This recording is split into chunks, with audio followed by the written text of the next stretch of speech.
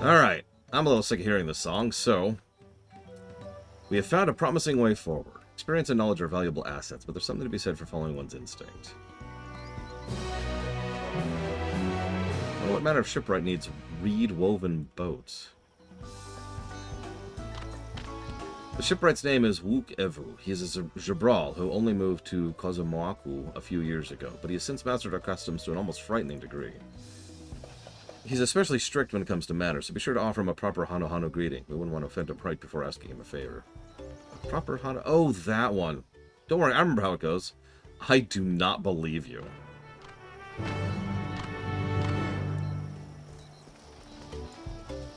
Oh my god, I'm so slow. Right, and I don't have flying yet. Oh my god.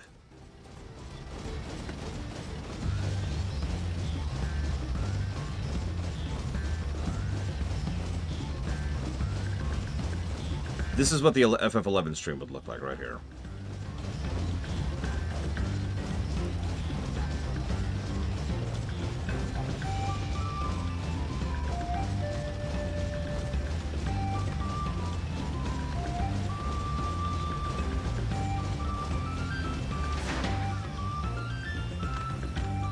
This is Okbekbe village. The village of all, excuse me. Those who drift into Kozama'uka.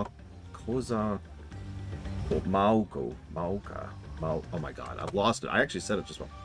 Kozama'uka from Tuliolo and elsewhere are welcome to live here amongst the Hanu. As for Wukivu, he lives and works in the House of Waters high at top of the large tree nearby. Follow me, but I should warn you, the climb to the stairs can be challenging.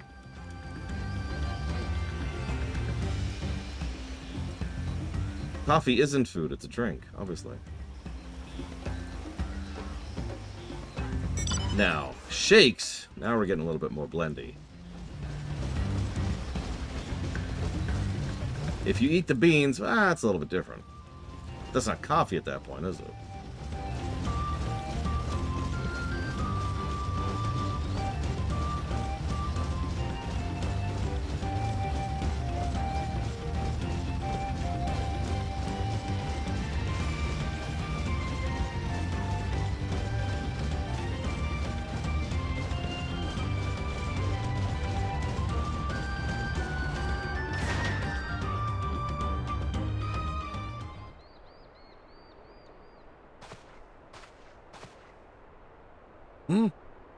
What do you want with me?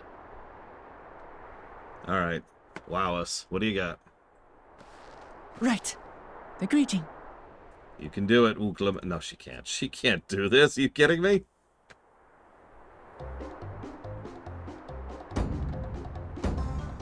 Ohok Kali.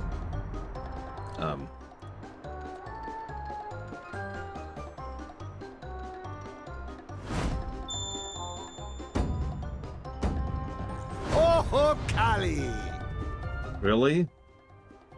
This really is just Hildebrand. This is just straight up Hildebrand.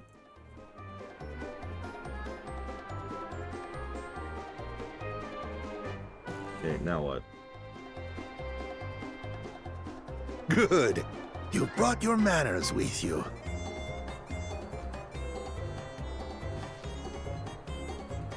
When in Ukanu, do as the Hanu do. For a country as diverse as ours, the preservation of harmony demands that we respect the cultures of all peoples who call it home. Well, that explains your familiarity with Hanu customs.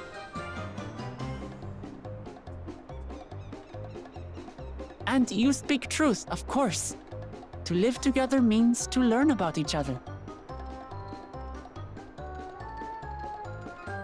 Ah, I appreciate an open mind. In fact, I get the sense we've met before. Uh-oh.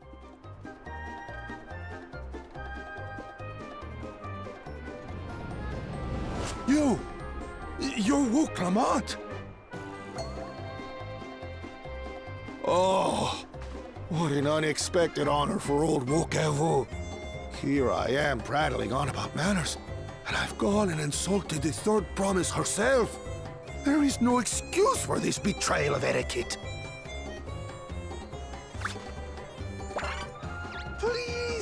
Take up your axe and claim my impudent head! Will not. Keep your head. I hate formalities anyway, so forget about it, all right? All right then. Consider it forgotten. What? How prompt. We're actually here about the Ihihana float. It's in bad shape, and we need you to craft new carrying poles and a new eye. I'm told you work with Uyuipo wood and a certain kind of stone? Abokisha? That I do. But while I would like nothing more than to offer my services, I just used the last I had of both those materials. My lumber in particular went to fixing homes damaged by the recent storm. I'll need 10 days or so to restock. We can't wait that long. If you tell me where to go, I'll gather them myself. What? Send the third promise out on an errand like some common lackey? That's utterly unconscionable. A gross violation of social protocol. I told you not to worry about such things. All right then. I shan't worry a whit. Hang on. Sorry. I might need to sue. Because this scene is giving me some whiplash.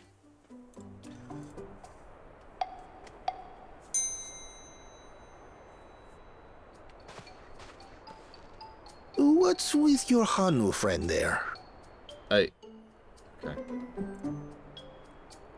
I am festival leader this season, and have come along to oversee the float's repair.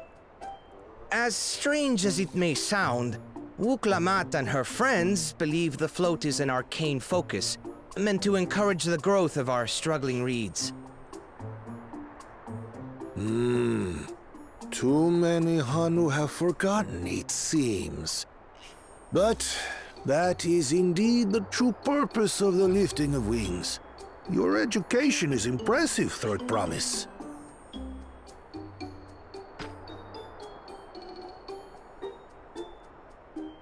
Well, maybe a little. Allow me to show you where to procure Uyuipo. We can leave the Abokisha to your friends, I presume? Take yourself to Cave Kikitola or thereabouts, and you should find the stones you need.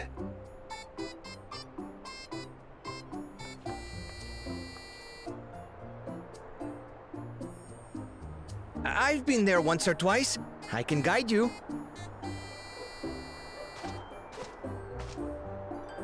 That should save us some time. All right then, let's get moving.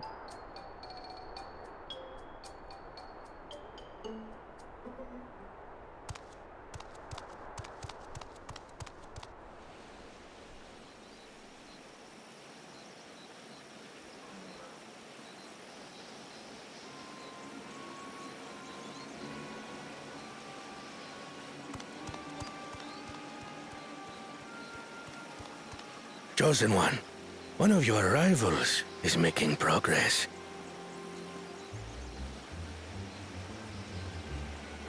The evil one.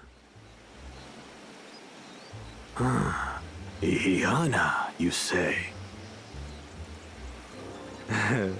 Should our first choice fail to deliver, it might be wise to let this play out. I cannot wait to kill you. And you. The third-rate promise is making herself useful after all.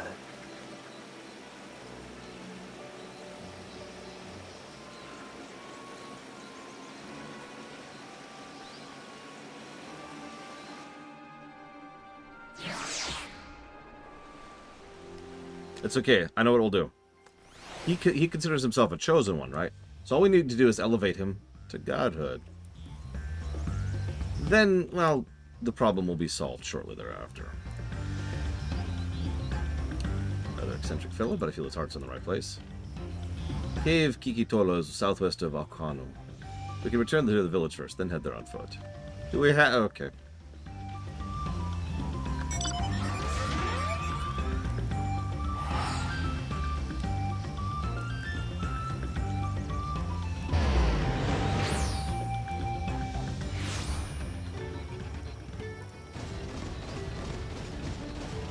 Also, I would never ask for a ride, Rax. I don't want to invoke the wrath of the Raxy Taxi.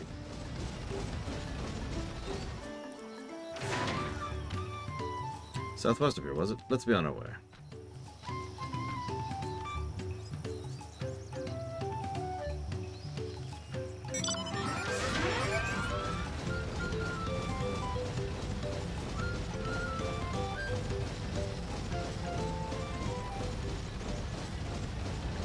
No, it is fine.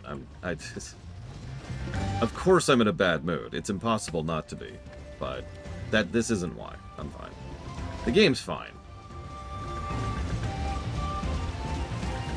Thank God I'm actually playing a good game, am I right? Imagine if I was playing Starfield right now.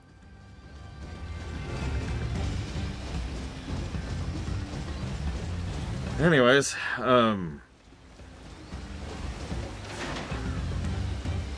Give Kikitola, as promised, home to many deadly creatures. Venture inside if you feel confident, but I will conduct my own search out here.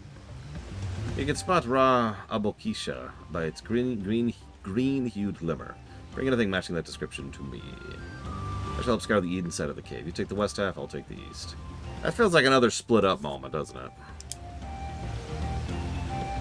Yeah, the game really wants me to smile. I'm not, but it's trying very hard, so I have to give it credit for that. I don't know, Wolfster. Let's find out. Mounts. There.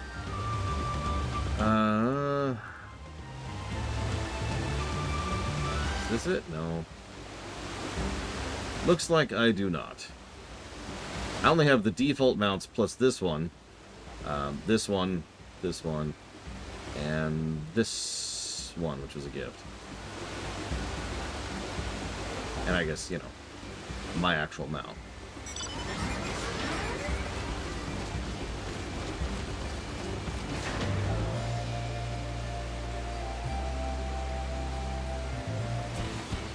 Can I help you? No, you know what? No. Just die. Just die.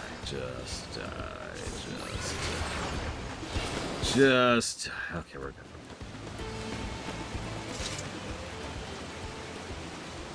I mean, honestly, the odds of something replacing that are not impossible, but I've never seen anything that's caught my eye the same way as the Magitech armor. I've looked pretty much every expansion, because this is a Stormblood mount right here.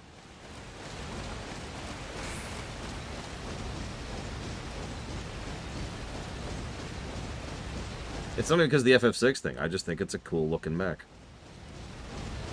That's all there is to it.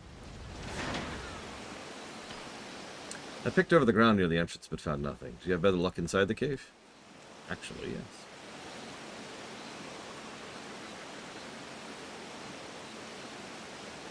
Yes, this is Abokisha. Along with Kryle's contribution, we'll have more than enough for our needs. The stones you brought shine very brightly. I thank you both. Oh man, screw that version, Dream Whisper.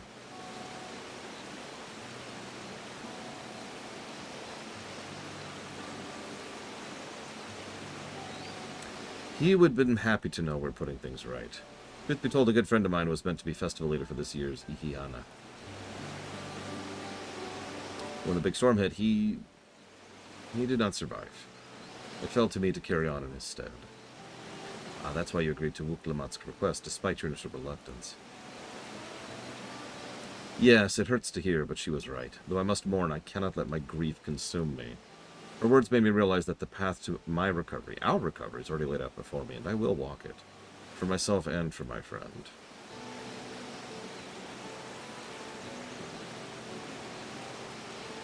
Thank you for sharing your story with us. Please, rest assured that we've taken your plight to heart. I'm certain our companions are procuring the other materials as we speak. Everything will come together, and the Hanu shall host a splendid, uplifting festival.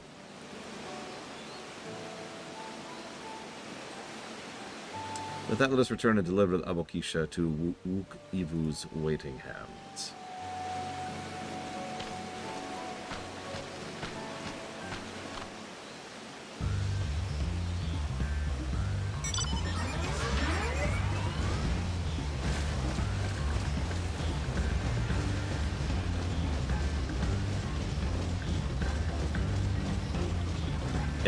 Just ignore every time I jump, okay? Just pretend I'm not doing it. For my sake. For the sake of my vanity. Oh my god. Oh my god. Okay, well, walking, let's see, is there any paperwork I can get done? Hey, Spartan. Let's jump this down. What's the name of the zone?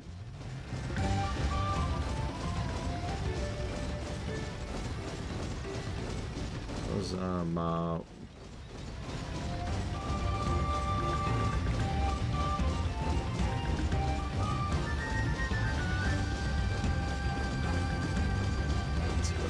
What else can I get done? You see what I mean? I pop up and there's like 17 story positive. No one cares. No one asks what those are. Nobody gives a damn. The gameplay negatives. Some of you probably remember this. I actually did an experiment once where I actually literally didn't have the negatives shown on screen. And that was a twofold experiment. One was to see, you know, how people reacted to just seeing the positives for a game. But the other was to see if anybody even noticed there were no gameplay negatives. Now, nobody did for a very long time. Like hours and hours of streaming. Until finally one person was like, hey, where's the gameplay negatives? The moment one person asked, everyone else was like, ah, and noticed, and that was the end of the experiment. So we decided not to do that anymore, because nobody really liked the idea. But I am rather amused how long it took people to even notice. Anyways, I need to double check my notes on that, but the side quests are dumb and boring from a gameplay perspective. They involve going to a place and looting a thing, or going to a place and fighting a thing, and that's it. They are tasks from a gameplay angle. That's the negative. It's probably going to be a triple negative for the whole expansion, and I'm pretty sure I've given a triple negative for every expansion so far. I don't think that's going to change. But that's why I have to check my notes, because I didn't have time! So, thanks to the third promise or mighty swings, we've collected some suitable logs of Uyu Ipo. What are the Obokshia? Obokisha. God, I don't know. I can't do anything. I can't do anything right. I'm going to quit streaming. I'm going to quit YouTubing. I'm going to go crawl into a hole, and eventually I'll die. These are excellent examples. A good quantity, too. At this stage, you've likely surmised that the lifting of wings encourages the crop to grow, but not exactly how, huh? Well, you're in for a treat. If all goes to plan, the results should be spectacular. Now, to get to work crafting these pieces for the float, I could use an assistant versed in the arcane arts to enhance the Uyu Ipo's conductivity. I'd be delighted to help. Everyone else should head back to Okano. We shall join you at the float once our work here is complete.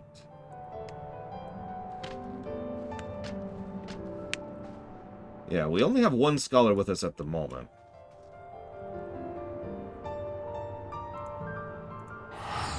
Let's see here. So while I'm traveling, let's go ahead and do what I just said I was going to do. See you around, little Billy. Have a safe trip.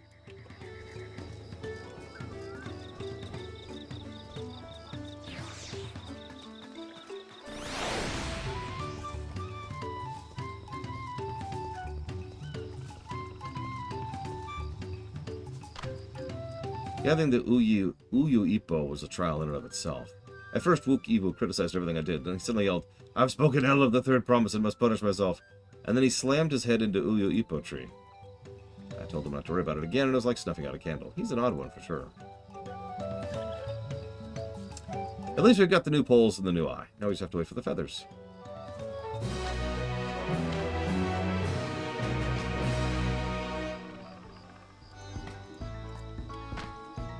We should get some rest before the real excitement begins.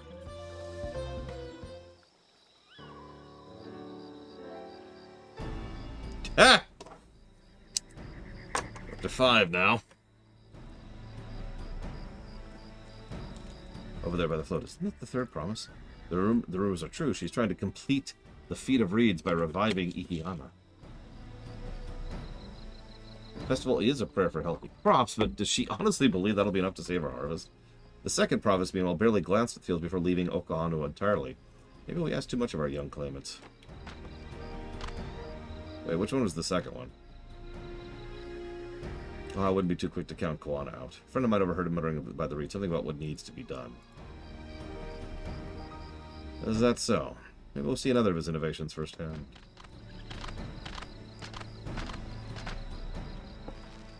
It sounds like our Koana. Look at the reeds is all he needed to think up a solution. Be that as it may, our own solution is nearly ready. Here's that daft. As soon as the others get back, our long-awaited festival can begin.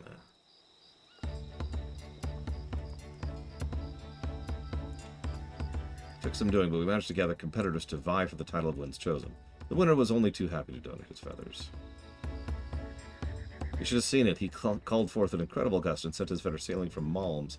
But to turn ourselves, but it's more difficult than it looks. Poor Envel's twirled in the air a moment before landing on his foot. I am a gleaner. Magic is not part of our training. As for us, we've brought the wood and gemstone replacements crafted by Wukevu. All that's left is to attach them. Has it been decided who will ride the float? Papa was the guest of honor last time out here. I remember being surprised they could even lift the thing with his hulking weight atop it.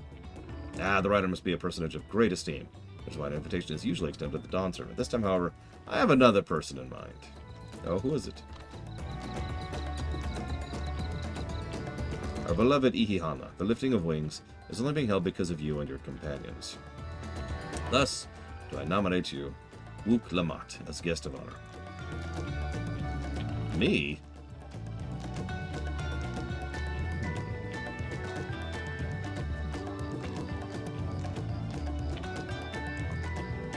This won't make me seasick, will it? Yes! Yes, it will! And you will die! You will die! Oh, God, you will die so gloriously. I don't think so. And way anchor. I can hardly refuse a request from one even more enthusiastic about the festival than me. I'll be delighted to ride your float. Thank you, Wook Lamat.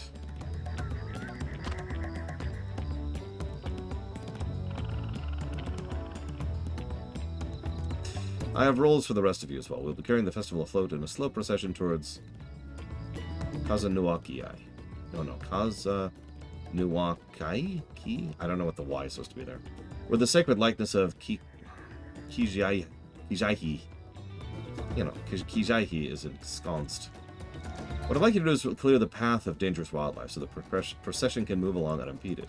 Done! I like killing things. I'm gonna kill all kinds of things. Yep, let's clear it up. Okay, is this gameplay or story? This is story. I don't want story. I want game. I get to kill things. I get to kill things. Yes! At long last! Hello, Zor!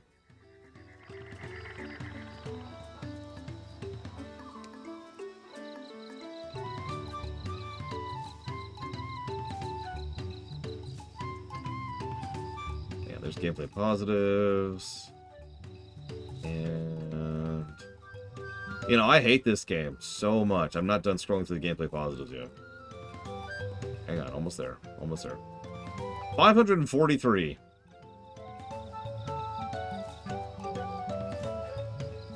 Anyways. Yeah, they are. Okay, that's what I thought. Yeah, no, it's a presumption. That's why I'm doing my paperwork checking as we speak.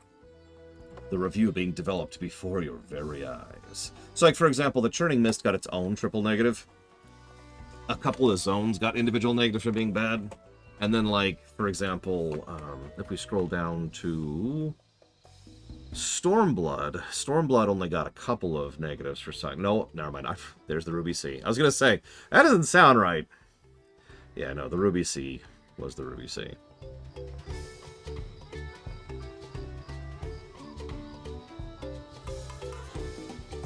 Yeah, the Ruby Sea was not great on its side quest. I'm sorry. That was... there's always like one particularly bad side quest per expansion in this game, I've noticed. Or side quest zone, I should say. And yeah. Turning Mists in Heavensward, Ruby Sea in Stormblood. Be answering a text from my mother in real life.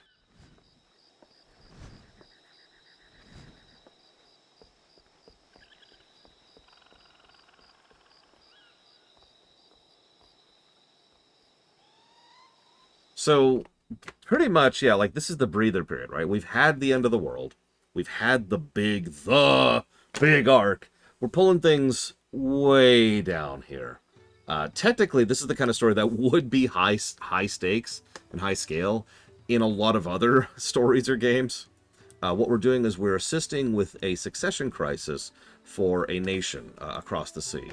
It's a fairly large nation. It crosses both of these continents over here. For perspective, we're from over here. So, we're helping settle this succession crisis. And at the moment, we're gathering wood and rocks to do so, which makes sense in context, I swear. But again, that is so much of a drop down in terms of what we've been dealing with, that, as many people point out, this is essentially a vacation. We're just chilling for a bit. Which is, by the way, exactly the right thing to do. I'm going to bash this a lot in the coming months, but one of the single biggest mistakes BFA made... How do I state the sentence? BFA made hundreds of mistakes, but I think the individual mistake that was the largest of all those mistakes was trying to one-up Legion, which was a terrible, terrible idea, and they never should have done that. Then they tried to one-up BFA with Shadowlands. Oh my god. I don't know what the hell they were thinking with that one. And then I found a seam in the terrain. Do you see that right there? It's in between Alphino and Wuk-Lamat. Do you see that? It's even like a sliver, like it stops over here, but then as we go this way, see? And that kind of changes direction and goes over here. Anyways, I think this one very minor graphical bug that most people have never even noticed is definitely worthy of, I'm thinking 15, no, 18. 18 negatives to visuals right there. All in favor? Yeah, no, Dragonflight, you're absolutely right. Dragonflight is exactly what BFA should have done. It's why, even though WoW has managed to successfully pull off the Now What story, twice actually, it is the worst of the three, because Guild Wars 2 just went right into it. FF14 is just going right into it. And WoW took 2 full expansions of drivel in order to finally get to it. The degree to which Wuk-Evu pursues his interest is remarkable. Apparently his studies of the Kozama'uka region is so invigorating, he decided to move here and immerse himself in the culture. He's a geek. If the float functions as I think it does, I would not be surprised if it were attracting the creatures. Concentration of ether would be an irresistible lure. Weapons at the ready. We'll make short work of this task. Was Cataclysm comparable to Endwalker? Actually, no. So, this is going to sound strange. Obviously, the story arc in Warcraft, overall Warcraft, functionally goes from Warcraft 2 to Legion. That's all one story arc, right? Thing is, you could argue it's Warcraft 1 to 2, but 2 really codified it. 2 actually was designed to be part of a franchise, and designed to be its own thing. So that's that story arc. However, we could divvy that up into micro arcs. So, for example, Warcraft 2 and Warcraft 3 were kind of their own arc, and then Warcraft 3 actually dovetails into Vanilla and BC and Wrath. Wrath was in many ways a conclusion of a major story arc. Kata was then kind of the start of something new. But Kata didn't have this... Kata did end in a big world-ending threat with the Cataclysm. It was actually only the middle of the story, because the primary dominant MSQ of Cataclysm is actually the war, the Hellscream War, which is still raging across the entire planet while we finish the events of Kata. So Pandaria naturally followed through on that. So Cataclysm's more like the Empire Strikes Back, as opposed to the Endwalker. So then we went into Pandaria, did our little side story on Warlords, and that led immediately into Legion. Legion then decisively concluded, both thematically and literally. Then BFA happened. Anyways, as Linu Hanu said, oh my god, I'm failing at everything. Kozama'uka. The Kozama'uka should be down this way, off to the east when the path branches. Then something about bridges in the stride of the sun. Anyways, let's split up and get to work. Once you've culled all the threats you can, we'll meet up in front of the Kijaihi. It doesn't help that I'm drying out, too. So my mouth is literally stumbling, in addition to the fact that I fail at everything. Alright, so. Good afternoon, Mr. Floyd Pinkerton.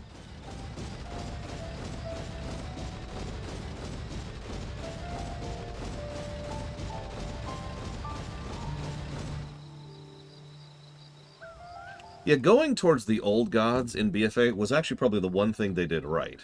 Which makes most sense, because it was the thing they did once they ripped Asshole out of power and literally fired his ass.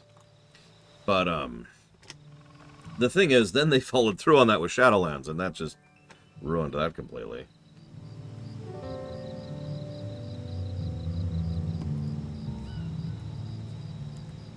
I hate to keep bashing that point on, but BFA by itself would have been a speed bump. BFA and Shadowlands led to the Shadowlands dip. A real phenomenon. Has been confirmed by multiple sources at this point.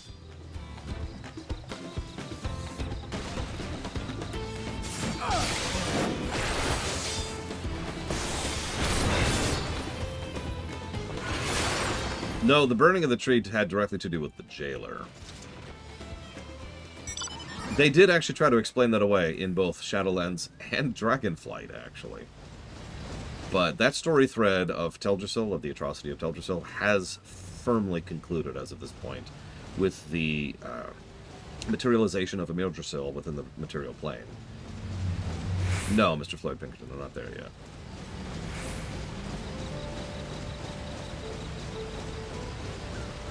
Oh yeah, I was going to do that.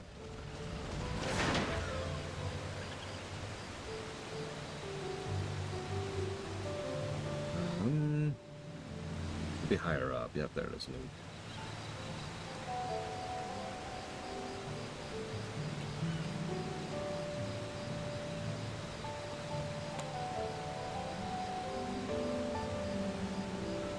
we go.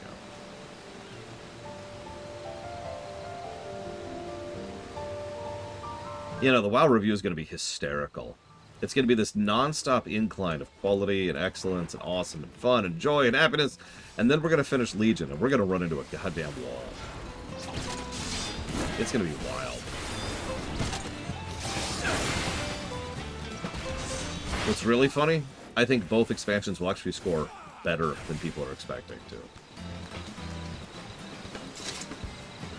Because bad for WoW is still better than most games can manage, to be blunt. When was the last time I played WoW? Last night. Everyone says Warlords is crap, but from a review perspective, Warlords is fine.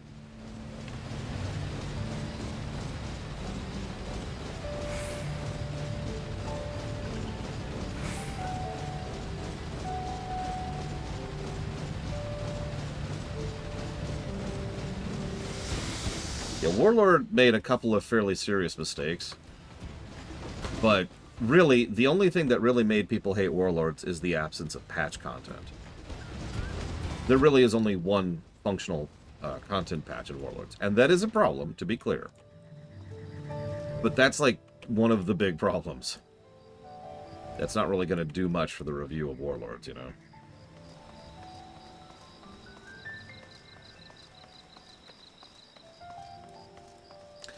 We've actually talked about this before. Warlords was the tech expansion. The number of small quality of life things that Warlords did is huge. An enormous amount of Warlords was just cleanup, right? A tech debt expansion. Yeah, the Stormblood, exactly. They fixed up how quest items work. They fixed up quest design in general, sharing amongst group members. They figured out how to properly do layering again. Something they had issues with a few times before. That was when the models got the total overhaul, which is a huge undertaking, by the way. That's when they figured out how to do a lot of smart interactions. All kinds of little stuff that most people probably wouldn't even really notice, and I imagine most people never did notice, but huge tech debt expansion.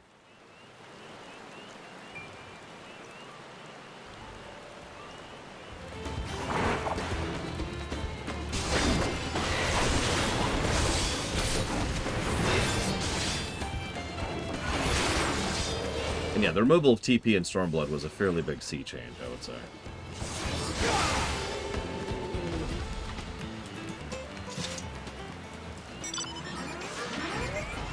Exactly, Europe. You'll never know now.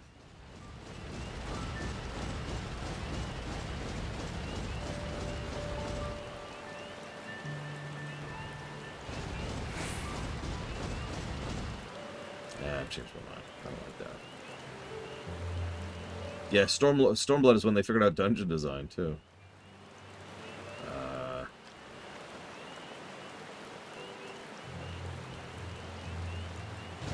Anyways, sorry, getting off track. The one expansion everyone likes is actually Wrath.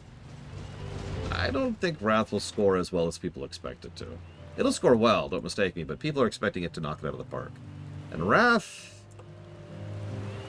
is still, in many ways, a vanilla expansion. It is part of the pre-Kata bundle for a reason. Yeah, Wrath is pretty grindy. And its quest design was still pretty bad, and its zone design was still pretty bad. I will make that bet 100%, Spartan. Wrath is not going to score better than the really good expansions.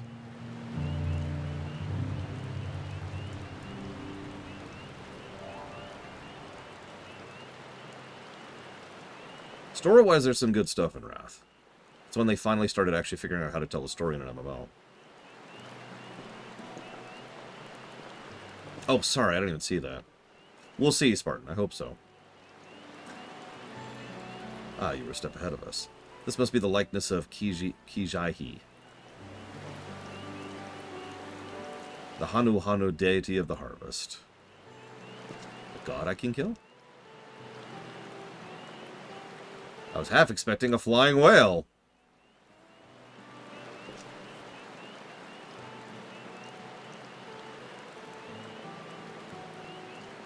A whale? Why a whale of all things? Yeah, don't worry about it. Anyways, it said the Kijaihi here was worshipped on another continent. This ancient faith was then brought to Tural by the first Hanu. The Hanu migrated here from another continent, and mayhap the two do share a common ancestor.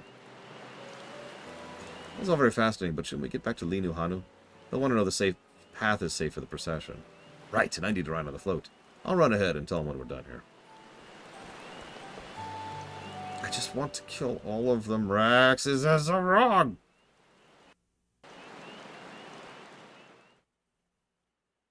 Meanwhile, is Pandaria good? I would personally say that Pandaria is probably going to score second best amongst the expansions.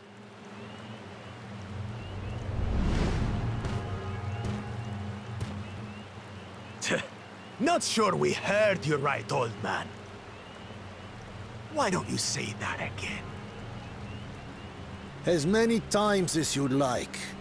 The third promise tasked me with repairing this float, and I'll not relinquish it to an uncultured brute like you.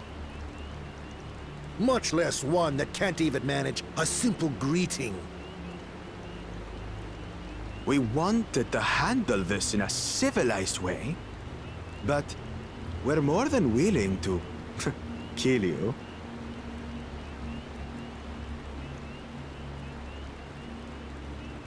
We have a two-headed problem. Yes, please hurry. She's on her way back already? Come on. Stand back, Wukevu! I will protect the float! I actually think War Within can manage that, yeah. Also, yeah, can we disqualify this guy? He just threatened to kill someone. Are you trying to be brave, little bird?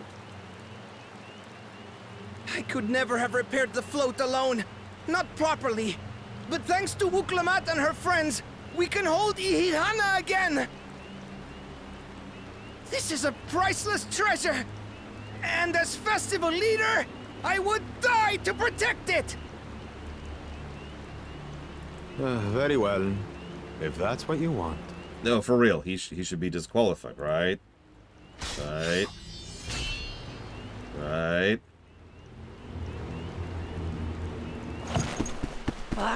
Cha-cha!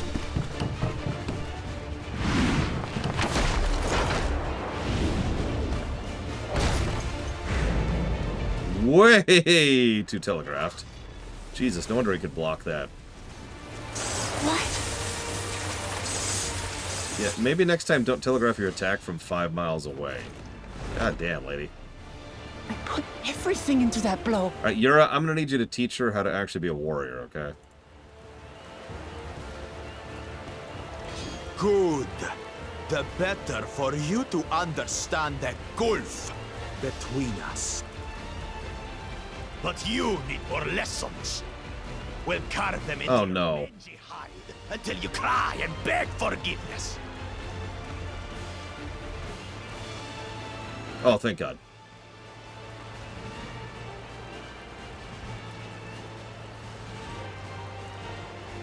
Your brilliant plan was to steal the float and take the credit.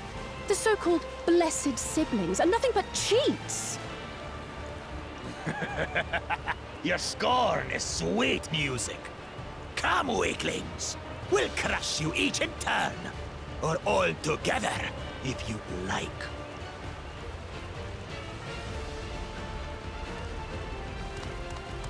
That was the worry, yes, Rex.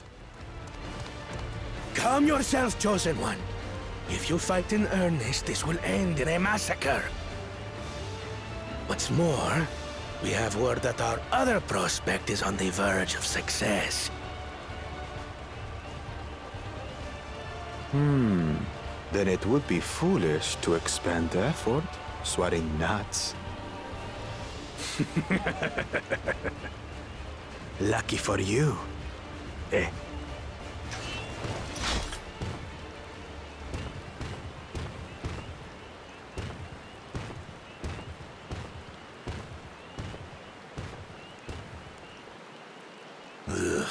Two heads. I see Mamuk still clings to that loathsome hope.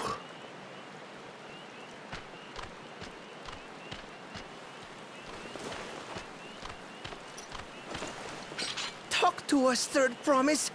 You're not dying, are you? It'll take more than that to kill me. So, are we having this festival or not?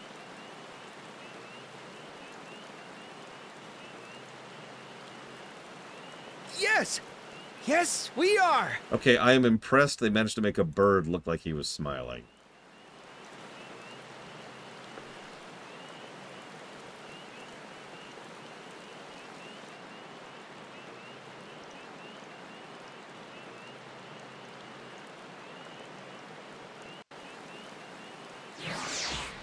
Dragonflight will probably score the inverse of what Stormblood did. Dragonflight's launch MSQ is actually pretty weak, but it has extremely good side quests, like some of the best, and some very good dungeon design. Like, they were really experimenting with Dragonflight's dungeon design. And then Dragonflight's patch MSQ is really, really good. Some of the best MSQ we've seen in WoW in years. So...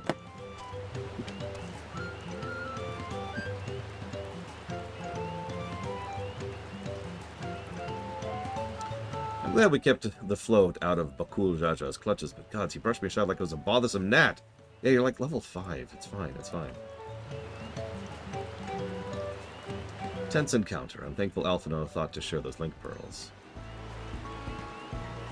If I've learned one thing in my life, it's that poor matters often betray poor character. Not universally true, but yeah.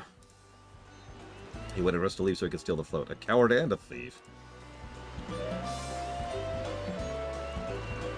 I can't answer that without spoiling Dream Whisperer. There is a specific plot arc about that, and that's all I'll say. I'm grateful we made it back before anyone was seriously injured. Given the nature of the rite of succession, I expect such altercations are inevitable. Thank you for coming to our rescue. I tried to protect the float, but against that 2-hit, I might as well not have been there at all. Nah, you delayed him a few minutes. You stood your ground and bought us the time we needed to make back. You were incredibly brave. Yeah, actually.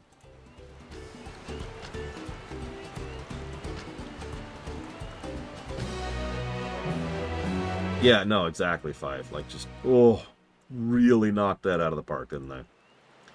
Amir Drasil is one of my favorite zones Like, if you take everything into account, visuals, music, quests, side quests, main quests, repeatable quests, and then, like, dungeons, bosses, raids, etc. So, like, everything that makes up a zone, Amir Drasil might be one of my favorite zones in the entire game. With that exciting interlude over, you'll be pleased to know my repairs are finished as well. Before we commence the festival, however, it would be a courtesy to inform the villagers that Ihihana will be held after all. Go forth, but don't forget your greetings! At this stage, I should hope the reminder is unnecessary. Ohokali. I see, I remember.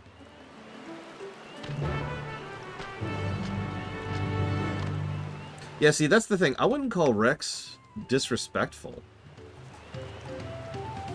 Like, legitimately. He's actually quite cultured. Not for a Krogan, just in general, you know? Yeah, Dragonflight will have two major negatives to it. One is what I already mentioned, the launch MSQ, which was pretty dumb. It put me in a really bad mood for that game, I'll tell you what. But the second is the order in which quests unlock doesn't really make a lot of sense. So if you don't know what you're doing and you're not just paying attention in your head, or have an add-on which helps you keep track of that stuff, then it's really easy to do the quests out of order. This is especially true with the tier quest chain. For those of you not aware, there's an entire quest chain dealing with one of the fallen Titan keepers, whose name was Tyr, one of the original Prime designates. And his quest chain, that quest chain, I shouldn't call it his quest chain, but that quest chain was like a couple quests were here, and then here, and then here, and then here. And sometimes they reference the stuff that's happened in between. So if you just do the tier quest chain, you're essentially time hopping as you go forward. Without Ihihana, life feels so empty. Alright, I gotta say the greeting.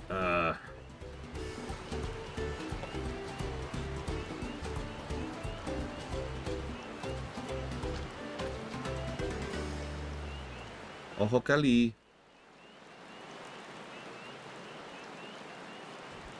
Thank you for letting me know. I'd very much like to attend the festival, but the repairs should be finished as much as possible. What to do? Oh, that sucks. How long are you gonna have to wait for a new one, Blade 12? Hi, Zero. Hi, Rax. Nice parting.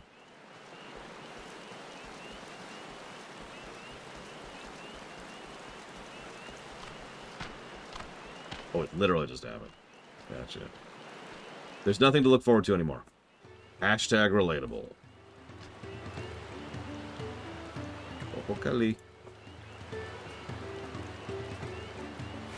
Festival's about to begin. What do you expect me to say? Besides, of course I'll be there!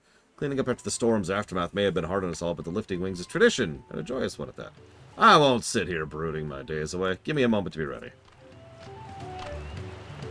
You have one moment.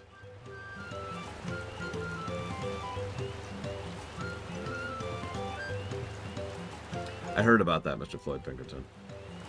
So much has been taken from us. Why even try? Hashtag relatable. I'm gonna shut up about that. Ohokali. The float is fixed. Our fallen friends will be glad to know that Ihihana will soon be underway. They will have us wanted to honor them with celebration, not let their loss deter us from it. I must go and enjoy the festival for those who no longer can.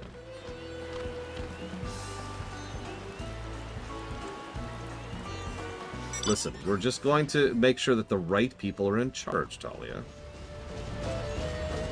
It's gonna be fine. It's gonna be fine. It's whoever's most loyal to me personally. Sorry.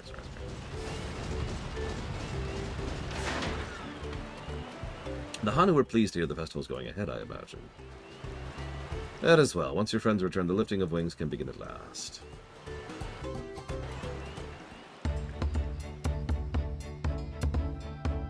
It's literally more colorful.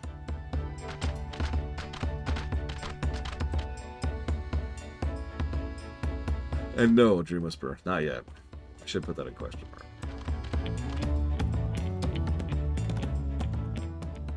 So few have come.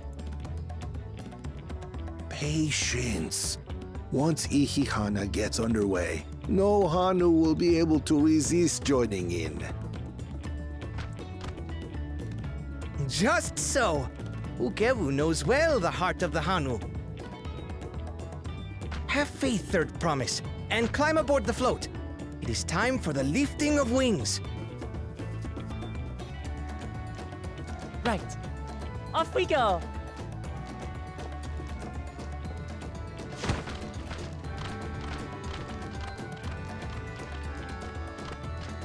Ihihana is a prayer for bountiful harvest. But this is not its only meaning.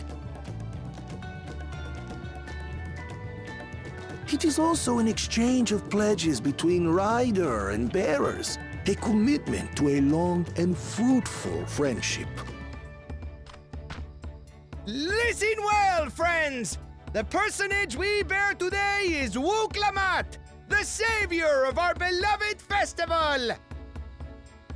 Let your shoulders burn, or your feathers fall out, but do not even think of dropping her! Please do not... We here at the Lore Walkers do not condone shoulders burning or feathers falling.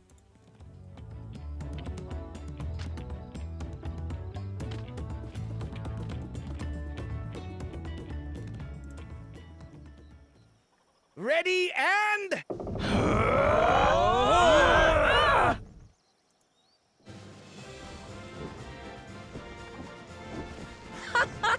I could get used to this. Oh my god. Interesting music choice.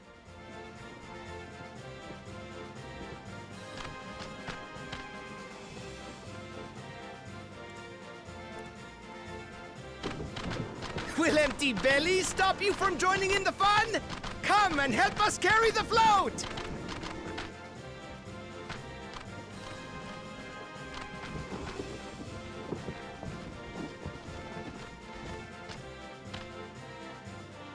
Well, well, well. To see the day that Dawn's promise would ride our boat again. We've not had the honor since you were here, Gulul Jaja.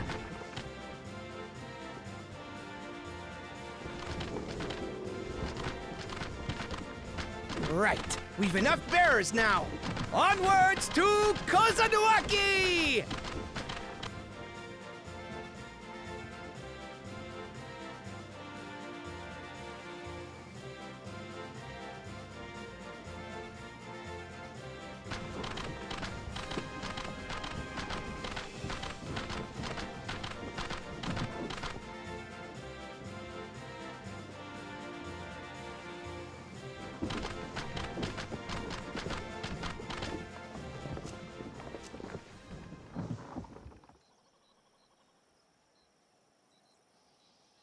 Boss time. Watch well, for you are about to bear witness to the true glory of Ihihana.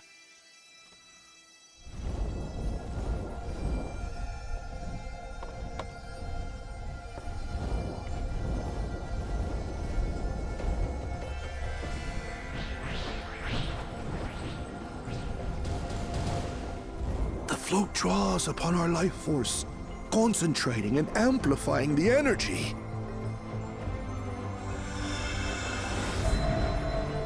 Keshaihi then receives that energy and expels it in a great burst. Hurry.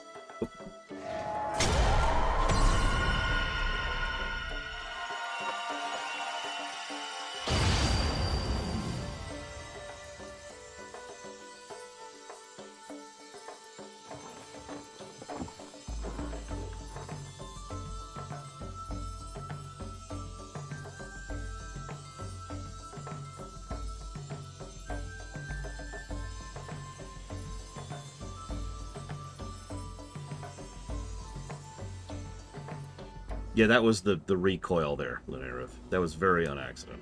Anytime you see me skip someone like that, it's on accident.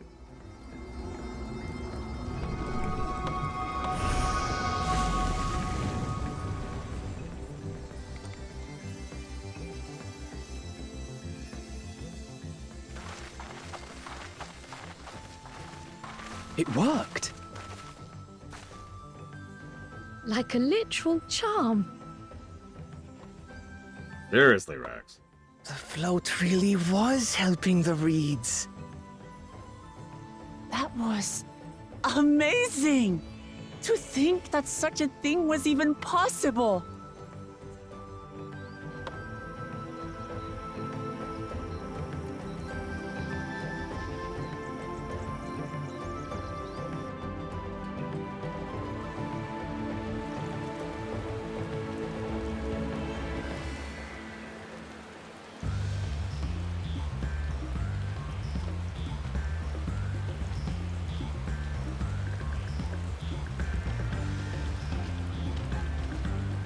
I wasn't sure what to expect, but the festival was admittedly impressive. Even deprived of their usual sustenance, the Hanu seemed invigorated the moment the festival began. Ihihana's truly is magical. Told you, didn't I? Spectacular. I'd like to take a turn riding the float. What? It looked like fun. Don't pretend the thought didn't cross your mind. No, I wanted to carry the float. Much funner. With their fields rejuvenated, the Hanu too might finally replenish their flagging reserves of ether. I was too quick to dismiss the idea that the float had arcane properties. I think I wanted to believe that no one knew more about Ihihana than me. So it turns out there are many things I have yet to learn. Oh yeah, one last reason why this all makes sense. People eat in this setting to restore ether. Because, again, everything is made of ether. And I know that sounds like a duh, but you have to understand that means their digestion at a fundamental level is literally different than ours is. And they follow through on that pretty consistently. One of the reasons Archon Loaf is so useful is because its design replenishes so much ether. It's still extremely gross. Doesn't change that. But you get the idea. Yeah, we just need magic. Done! Oh, I shouldn't create magic. Never mind. I've left the float behind like that? I was so excited to see the reeds. Nothing to worry yourself over. My brethren have been swept up by the festival fever. Last I saw, they were taking turns at the carrying poles on the way back to village. Please feel free to look over the fields and enjoy the sight of what you have accomplished. Exactly, Blade Cheval. We literally saw someone eat without ever putting food into her mouth.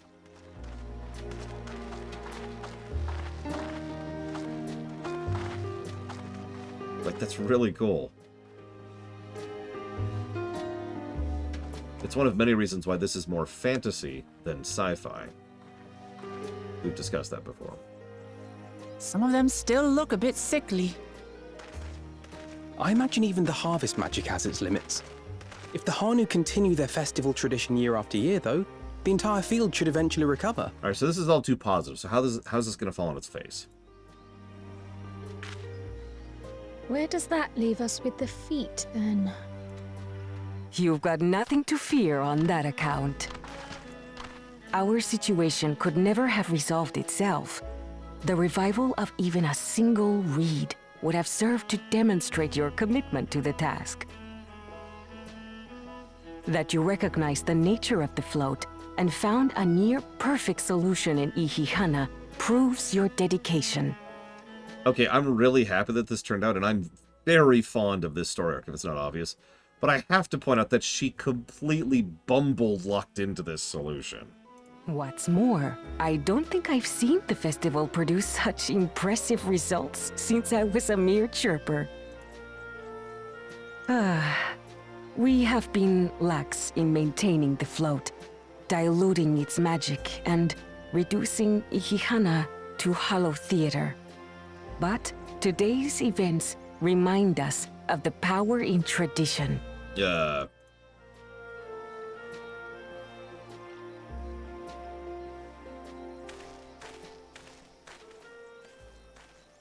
Connor! I was delayed by an unpleasant encounter, but it seems I arrived at a good time.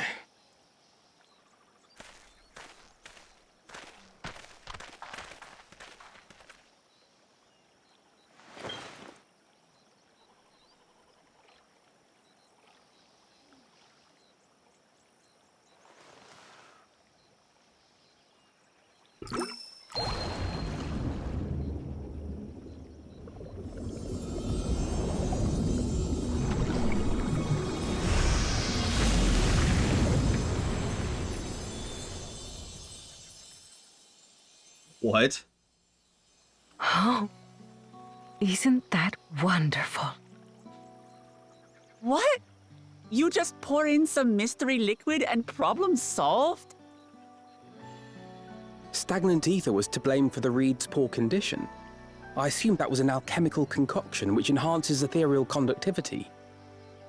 But where did it draw the ether from?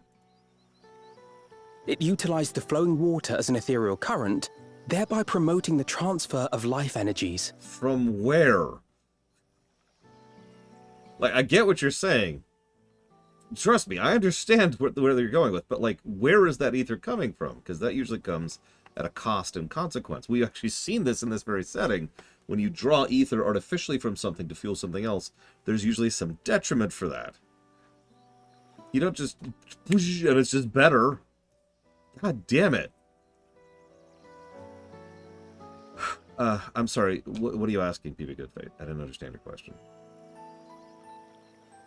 A method I could not have devised without the education I received at the studium and the cooperation of my Archon allies.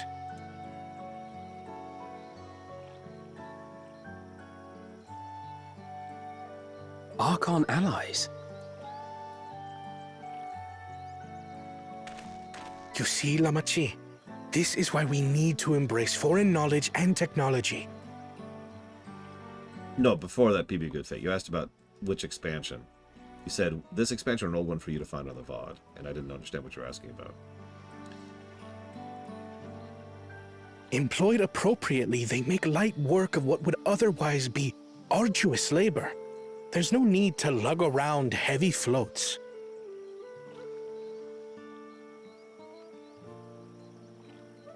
Okay.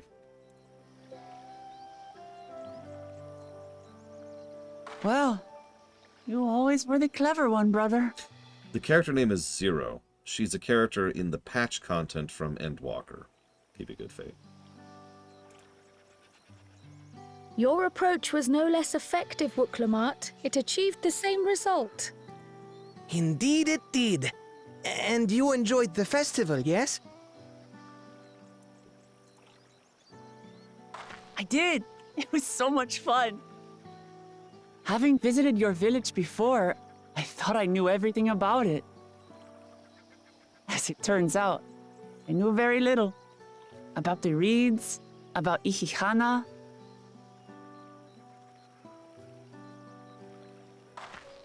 With all I've learned this time, I feel as though I've really come to know the Hanu.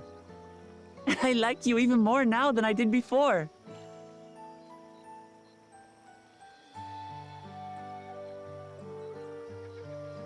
The feeling is mutual. And it's not just you who had a lot to learn either. I'll never look at our float the same way again. The two of you have exceeded expectations. Come forth and claim your stones.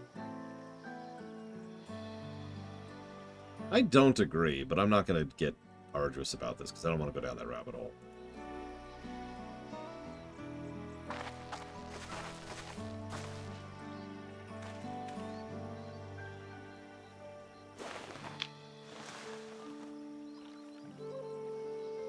So this is what they look like.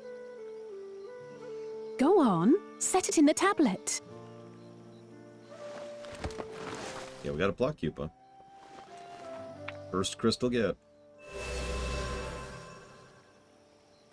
A perfect fit. That leaves 6 more. And on to the next. That's...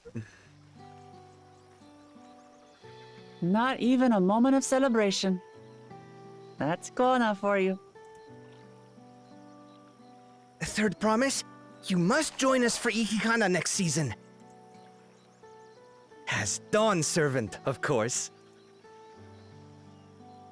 See, okay. I have a lot of problems with this. Back to Tulihiola for now. But the biggest one is this is a contest for who will become the newest leader. Koana is a terrible leader. He just demonstrated that. Like, I don't even have to explain myself. He did everything wrong here as a leader. He found a solution to the problem. That's good. I do agree that having multiple solutions to the problem is good. But he did not perform anything that actually qualified for becoming someone who should lead or connect with his people or understand his people or have any kind of government position whatsoever, right? Like, I don't know, maybe I don't know anything. At this point, I don't even know. maybe I don't know anything. Yeah, he didn't inspire them, he didn't help them, he didn't connect with them, he didn't earn their vote. You know? Make him science guy. Yes, absolutely. Make him science guy. He's good at science things. He's right to push progression to some extent or another. But, like, for Christ's sakes. Wuk-Lamet did one thing very, very right here. She was their representative. You caught that, didn't you? She lucked into the solution, but the solution wasn't really the point, to be completely blunt. She was able to earn the trust and connection and understanding of the people that she will be in charge of. And through that understanding, come to a better accomplishment of what could be done with the group. Yeah, Koana solved the problem. Credit. But she came in and earned the trust and respect of the people. Which one of these things do you think is a better leader?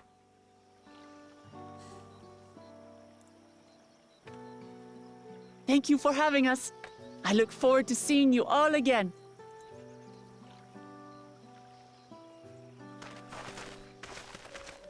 It's not like you don't need people like Koana. I mean, duh, right?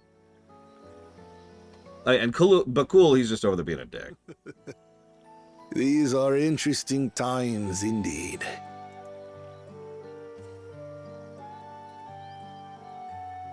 I suppose it is, Loke, but I guess, I don't know, maybe I'm just biased. The concoction was brewed by Kona himself. It's a test vial, but it should contain the same reagents. Hang on 1 second.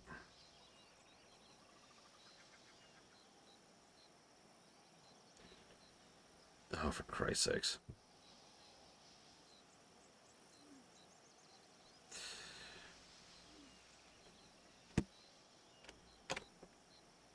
I think everyone's sick of interesting times.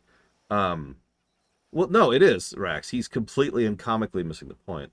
But let me explain my point here. There are crisis situations when you need someone who could just fix something, right? Maybe it's militarily, maybe it's scientifically, maybe it's culturally, maybe it's medical, right? Sometimes you need someone who says, no, I'm just going to take authority for a few moments here and deal with this problem. And I know, like, a bunch of warning bells just went off in your head when I said that, but no, let me use a very, very simple example. On a bridge of a starship in Star Trek, if some kind of virus breaks out, which is causing issues amongst the crew, everyone else suddenly becomes subservient to the CMO. And the chief medical officer's job is now just look at this and say, boom, and fix this, right? I'm more or less responding directly to Loke and Blade Duval here. Because in a moment, you do need someone who could look at a thing and say, boom, that needs to be fixed. And take control, take the reins, fix the problem, and then back off. Yeah, the dictator from Rome. The original dictator from Rome. There's a validity to that. And indeed, we've seen that in this very game several times.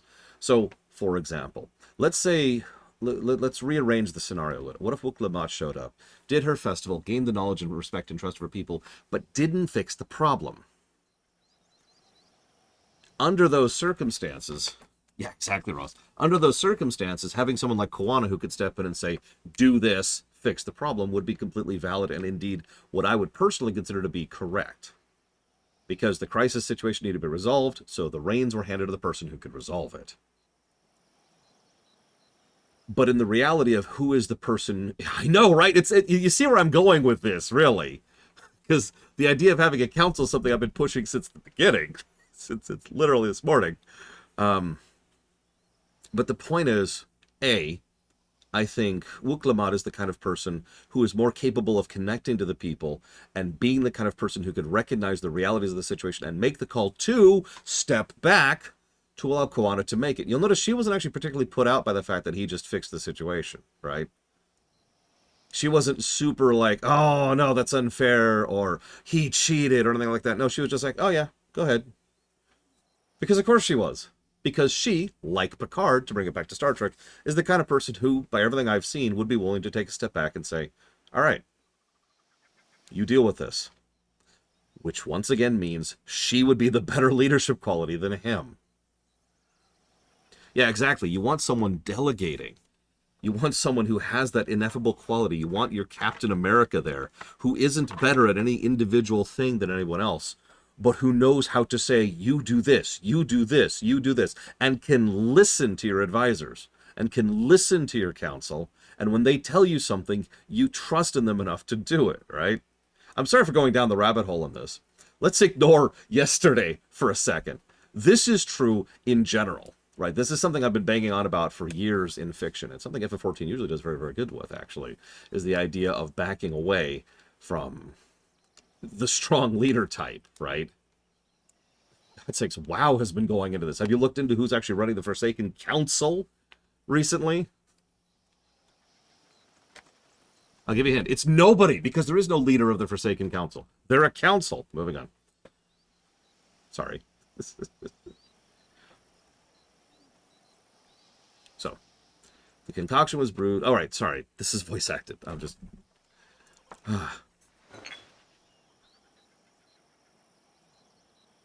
Yeah, we don't have a war chief. We'll use whatever we must to win. For win we must. I mean, God's sakes, not to spoil, but in War Within, in War Within, a major story arc is that a group of people recently had a very strong leader, and that went badly. And now we're recovering from that. And then you get to another area where there's another group of people who had a strong leader who was murdered by her own daughter, who then took over and has been running them down the path of ruin as fast as possible. And by the way, on Ojkahed is just such an amazing song. Can I just say that really quick? And it's almost like having the one strong leader isn't really that great of an idea, is it? Sorry. I'm done.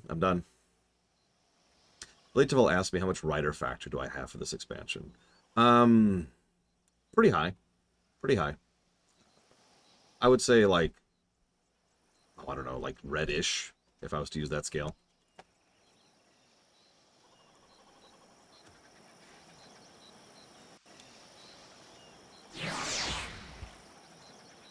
I don't know, I've seen Arcane, Lord Hiramat. That council is actually quite interesting.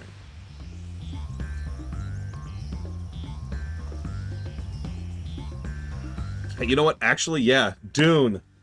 Let's go back a few decades. Dune. Big, charismatic, brilliant leader. Anybody who tells you that Paul Atreides is the hero of that story is not paying attention. Where's Bokul Jaja gone, I wonder? What did his followers mean by their other prospect? I'm curious as to who the Archons the second promise mention could possibly be. Two-headed troubles aside, Wuk-Lamad completed the feat and earned a keystone. That's all that mattered. While Koana seemed a decent sort, he strikes me as a man who likes to keep others at a distance. I know, right, Valerian?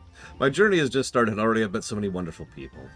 Wukivo, for one. He's a bit eccentric, but everyone could stand to be as respectful of other cultures as he is. And Linuhanu, it warmed my heart to see him honor his departed friend through Ihihana, and to help others do the same. I can't help but feel excited thinking back to who else I might meet over the course of the contest. Come on, let's head back to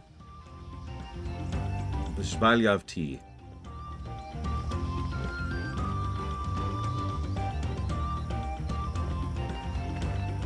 Andrew Ryan, Yosigor? Oh my god, it's Dolly and Dot. Wait, is that Dolly and that's Dot? One of these is Dolly and one of these is Dot. I'm not sure which is which. Oh my god, quests! The quests! The quests. They sing to me. Alright,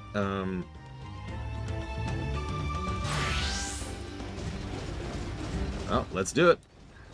Do it to it.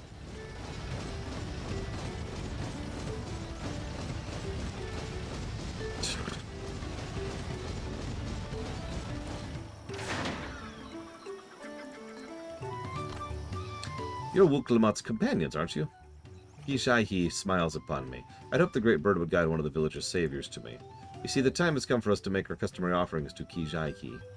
It's a ceremony we hold dear, and I would invite you to participate as an honored guest. You'll join us then? That makes me so happy my feathers are standing up straight. Can you do that? The traditional offering is a fruit that grows to the southwest. They must be so ripe they fall into the earth. Gather 3 of them and deliver them to me. You got it.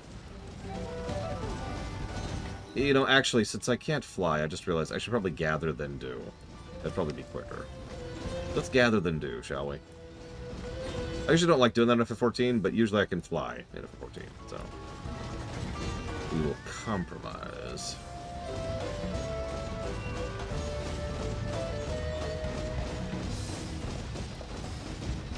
Well, if you happen to know where the ether currents are, Rax. Really, little Billy. Okay. That's good to know.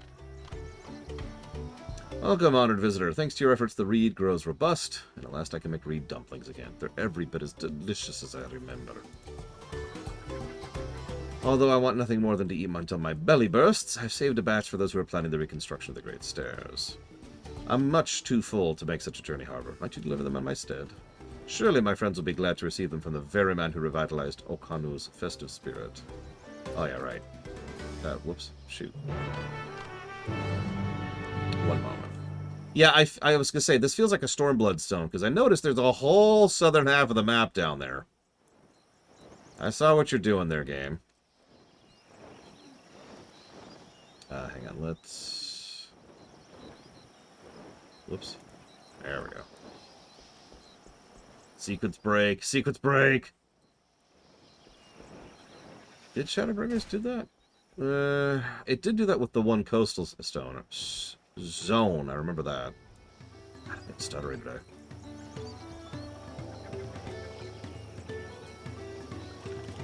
Let's do that. So hang on. 1, 2, 3, 4, 5. It's gonna be 6.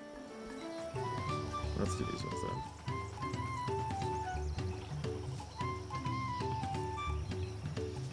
Those stout legs, like a towering tree. Those rippled arms, like gnarled branches. Might you lend me your strength for a simple hunt?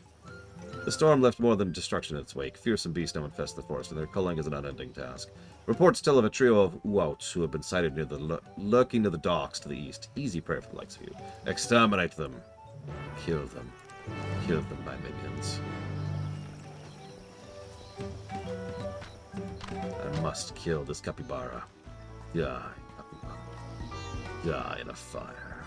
Sorry.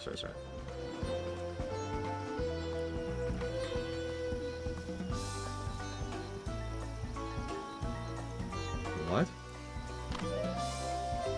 Oh, Hokali. Of course I know your name. Who isn't familiar with Wook Lamot's companions? Yep, that's me. Wook Lamot's companions. I don't actually mind that, by the way, on any level. Being her companions here. We've had plenty of time in the limelight. I'm cool with just kind of being over here in the background for a while. Not to mention your friends can't go a moment without mentioning you. I'm Lanu Hanu. I have the honor of being Wind's chosen. It is my feathers which adorn the float. I feel the wind has guided you to me for a reason. As a visitor to our village who has fast become an honored friend, I would offer you a chance to strengthen our bonds. Come on, there we go. Perhaps you're familiar with the Landsguard. It is customary amongst the Wind's chosen to save their molted feathers and present these to brave protectors as gifts every few years. At this very moment, one of their number is making their way to Okano to receive our offering. There's much more to it than a simple delivery, and I think you'd be interested in taking part.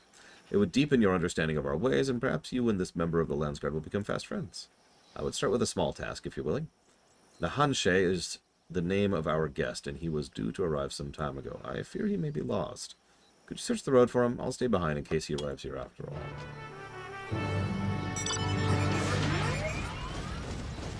There it is. Staring right at it.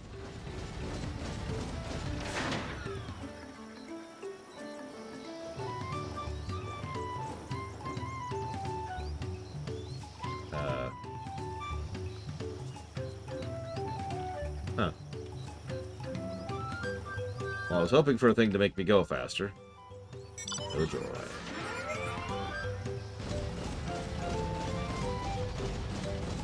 Yeah, Tural doesn't need to be another expansionist empire. We can unlock... We can knock over another empire, but can we just prevent an empire from being this time?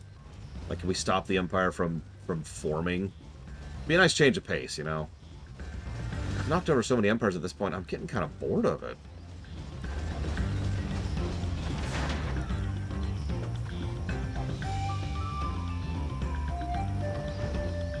You're looking for me. You're not a Hanohana. Unless you're bolting something awful.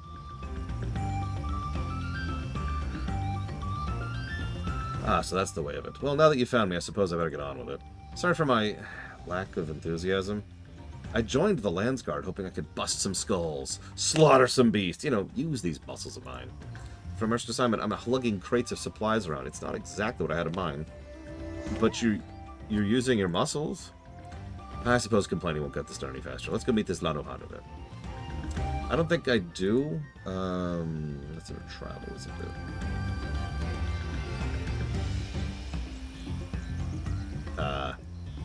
Considering it has literally nothing here, I'm gonna go with a firm no.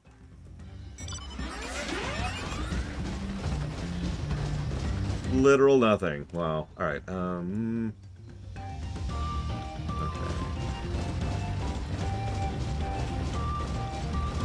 No, exactly, Mad Overlord. I feel like I sound like I'm complaining about us not being in the forefront, even though I'm saying the exact opposite of that. There's no need to defend what I consider to be excellent storytelling. You found him. Now we can begin. Before the gift of feathers is to be bestowed, there are proper steps that must be taken. Firstly, I bid the warmest of welcomes to Nahanshe. As the Wind's chosen, it is my solemn duty to show you what sights our humble village has to offer. As one of the Landsguard, it behooves you to become familiar with all corners of the continent, yes? Then come with me to the center of Okano, where you can behold the entire village at once. If I could use, really, Pillars of Snow? Why? Okay. Some of you are aware of the fact that World of Warcraft just had an expansion called War Within. Now, I'm not all the way through War Within, but let me tell you something that's doing really, really well. After all the stuff we have done, and trust me, we have done a lot as the main characters in WoW's history, we're there to even the scales. So, most of what's happening in War Within's MSQ and its overall story arc here is other people trying to fix their own stuff. Overcoming problems, dealing with internal issues, literal revitalization of cultures and military procedures and economic connections between different peoples. All kinds of cool, down-to-earth stuff, but it's all them doing it, right? So you might be asking, well, what the hell are we doing there?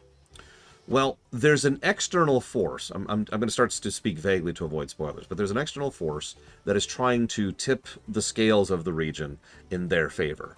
We're here to balance that back out. Make sense? And I like that. I'm liking that view a lot. We're just there to keep things clean. You know what I mean? The other two are doing the boxing match. We're here in the background keeping the sniper out of the crowd. And that's awesome. I really like how they've been approaching that.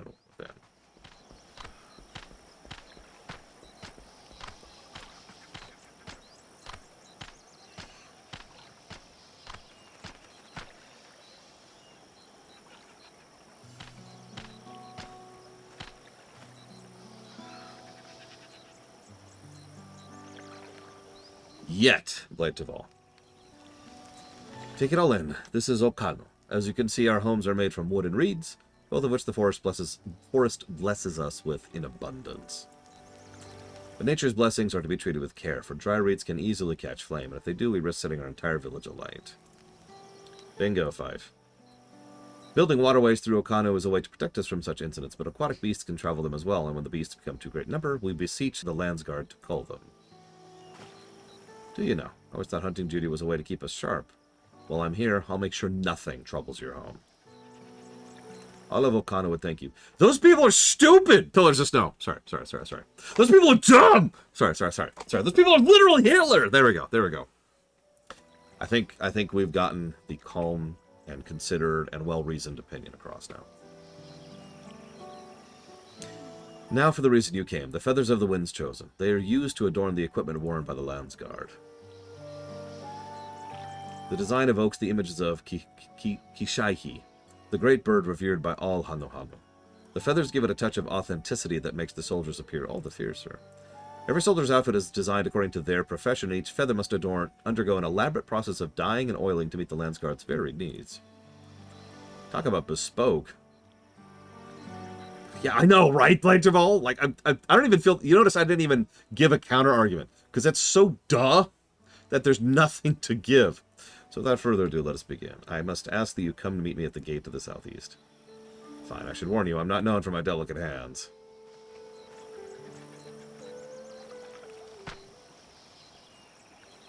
That went about as well as expected. Could you stay behind a moment, Laura? I would hear your opinion of Nahanshe.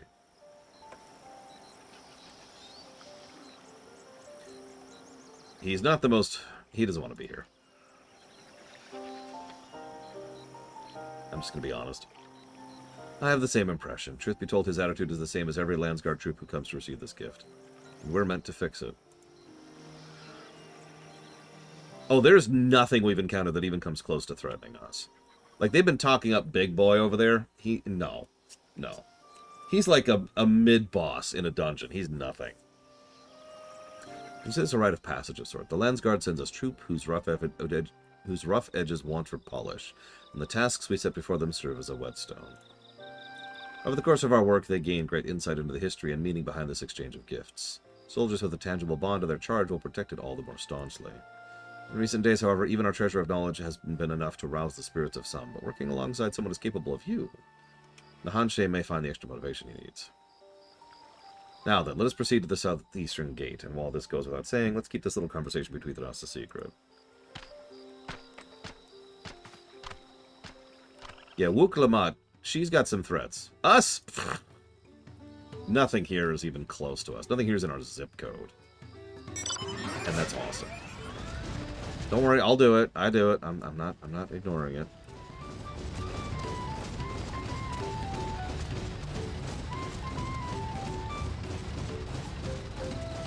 Probably, Blade Tabal. Probably.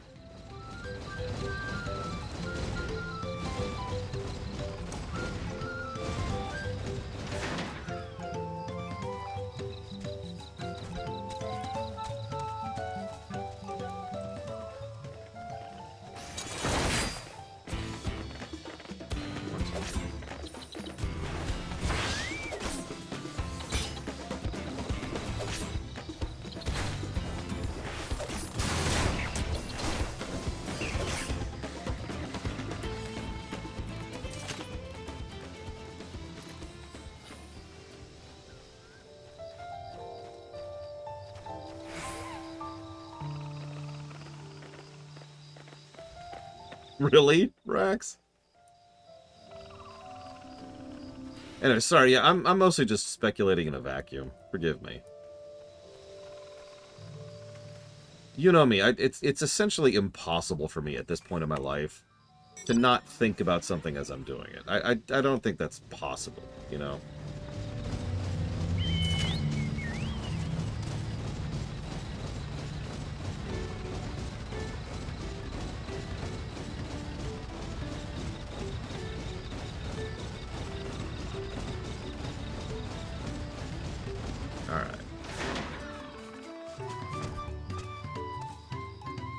What did I do to deserve this? Now I know my superiors were snickering behind my back as I departed. The Hano-Hano might think this bird god is worth all this trouble. I just want to get it over with. Well, that did chain.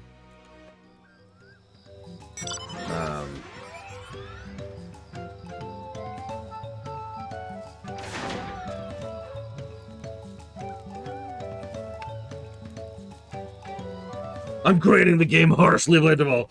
This game is literally... Oh, I don't know. Let's see. What's the worst insult I can think of for this game? This zone is literally Starfield! There we go. Okay, okay. Got it across. Okay.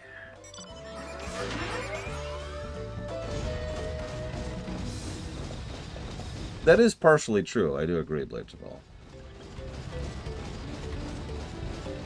Only partially, though. And I mean that. I've actually thought about that.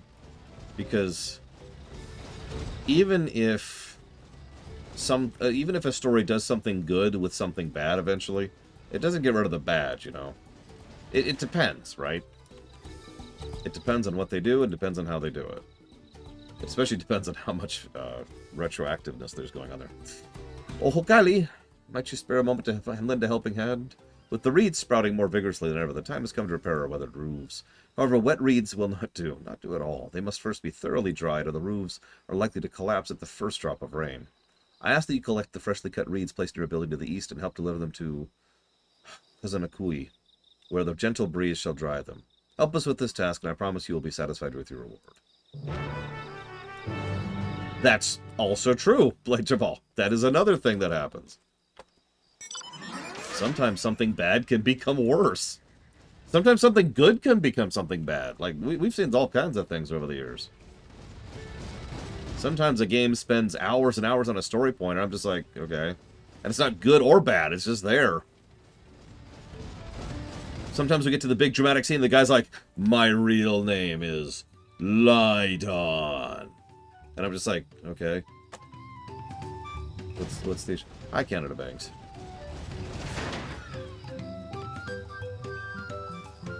Oh, where could he be? You there, you look fierce enough to brave the untamed wilds, please. I'm in need of dire help. In dire need of help. A friend of mine journeyed southwest to cave Kikitola a while ago and still hasn't returned. Beginning to feel the worst has happened. Well, it's likely he simply lost track of time staring at the rainbow moss.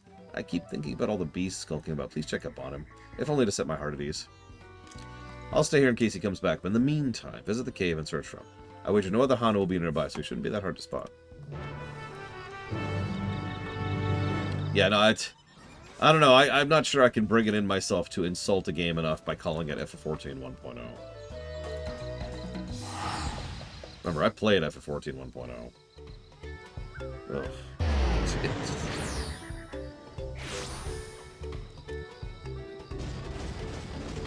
Neck.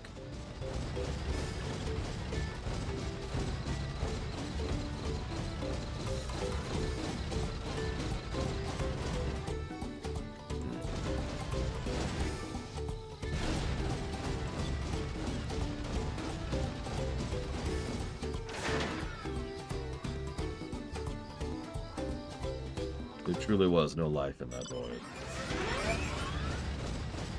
Oh, did I lose Twitch? Hang on. I guess I could pull this up to monitor a little bit better. There we go. Nope, we're still good.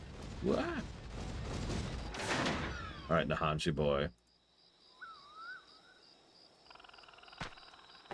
Now that everyone's here, it's time to begin. Together we will make these feathers so striking even Kishaihi would be envious. The first items we require are dyes and oils. The former is used to match the feathers with various uniforms worn by the troops. The latter serves a different purpose. As you can see by observing yours truly, Hanu boasts feathers full and colorful. This is thanks to the oils our body secretes, which keep our coat from becoming drab and brittle. But the feathers we give to the Landsguard were molted long ago, and have lost their natural luster. So, we must apply oil to make them vibrant as those of Hanu in their prime. The task of gathering oils and dyes falls to Lore. Go to Okbekbe, where a crate has already been prepared. In the meantime, Nahanshi here will get the feathers. Interesting. Of course, we maintain our equipment regularly, and oiling the feathers is part of that, but I never considered how the Hanu might keep theirs pristine. Okay. Now we go east or west. Let's go east first. Although, no, it makes more sense to go west first, doesn't it? Before Rax shoots me with his tank. Always phone calls, Kennex Scout. You're so popular today. And I guess every day.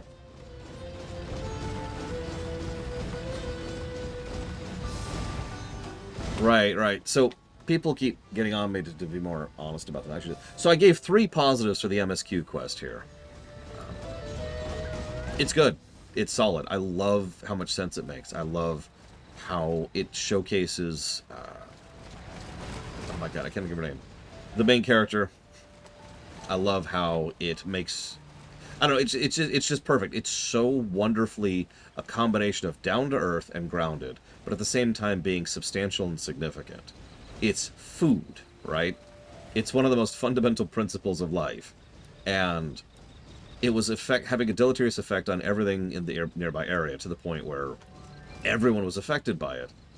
And we came up with this fantastic solution that involved learning more about the culture and working with the people, and it still made sense within the confines of the setting. And yeah, no, it's a very good intro to Wuk-Lamat, better than what we had last time, which, yeah, that's fantastic. I loved it.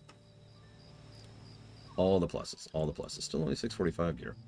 Oho Kali, with so many new faces in our village, we have an uncommon opportunity to share our culture with others. In fact, I've prepared a unique experience for new visitors, and would be honored if you took part. You have no idea how happy that makes me. Now I shall teach you to train as we do, and in so doing grant you a small taste of our mastery over the weed. We Hanu spend long periods in meditation, during which we deepen our bond to the energies flowing through the land. Of course, we know our time here is limited, so you shall experience an abridged version of this practice. Gunu Hanu awaits at the top of these stairs. Speak with him to begin your training. Also, going back to it, the doodads in this zone aren't super great, but the brickwork in this zone is fantastic. This is a multiple brickwork zone. Easy. Hang on, I'm supposed to go under the stairs. Ugh. Alright.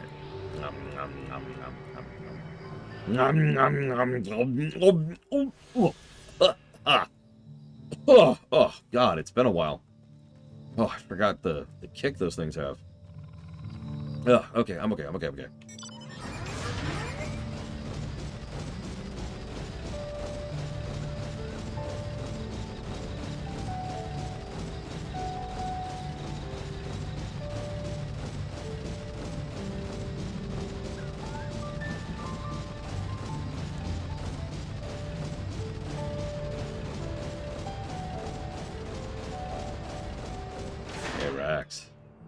Hey, Rax.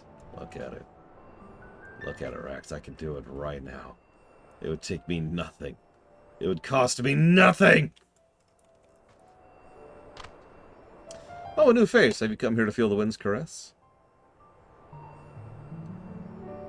I am deeply honored you would learn of our ways. I shall teach you our most basic method of attuning to the wind. So simple, even a young trooper can master it. As Tunuhali has already told you, our goal is to be in harmony with the endless flow of the land's energy, its heartbeat, if you will. The best way for a novice to do this is to jump from a high place, and as you fall, focus on the rush of the wind across your skin and its roar in your ears. And then, when you break every bone in your body, die. Thus rejoining the cycle of life, and then becoming part of the world around you. It all makes perfect sense. Okay, tell you what. Just for pillars of snow. There you go.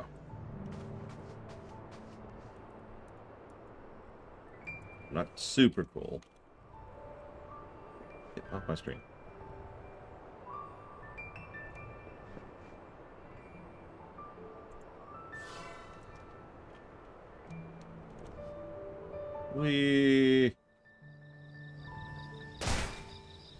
Ow.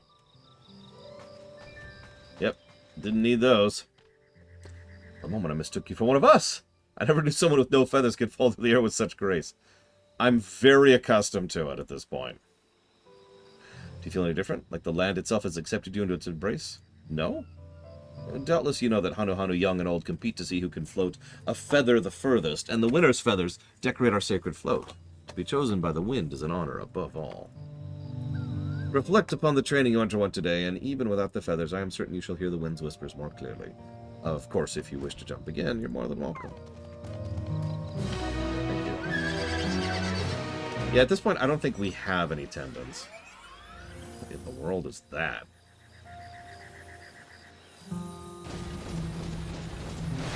Alright, okay, so now... do this.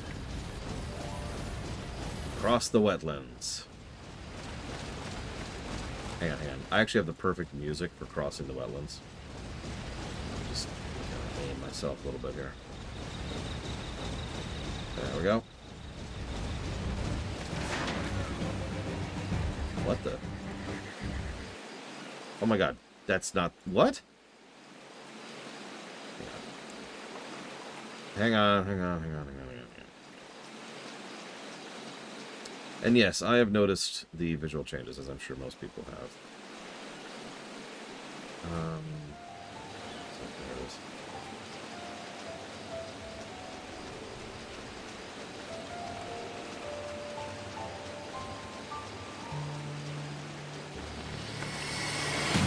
All right, let's do it. Yeah.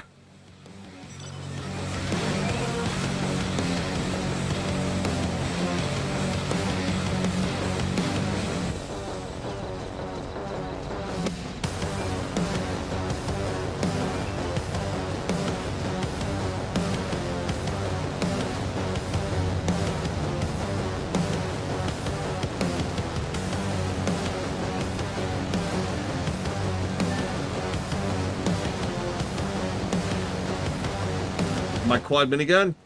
Right here!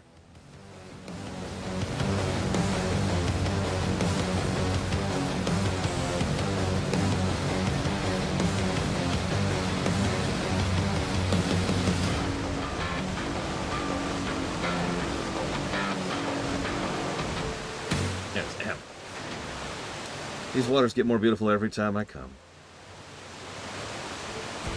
Oh god! It's things that must die.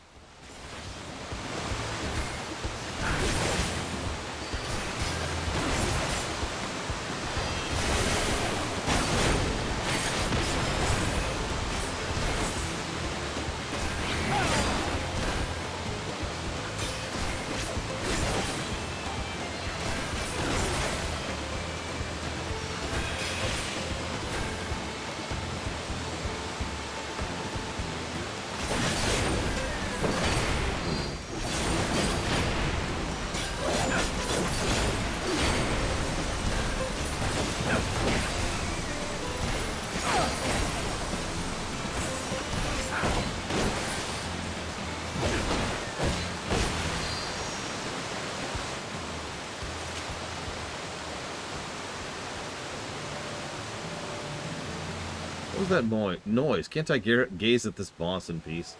Wait, you're the one who helped us bring back Ihihana. You're a friend of Wuklamat, yes? What are you doing in this cave? Saving your life. Oh, I didn't even hear them until the commotion was nearly over. I owe you thanks for your courage. And now that my reverie has been broken, I should return to my friend. He must be very sick. Yeah. See you around, buddy.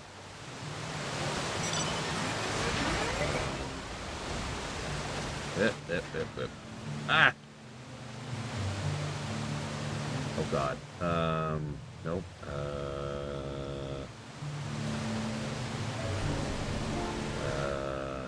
There it is.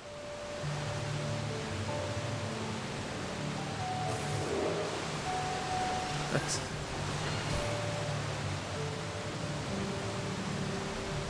I wonder if they're ever gonna fix joining someone's mount in FF14.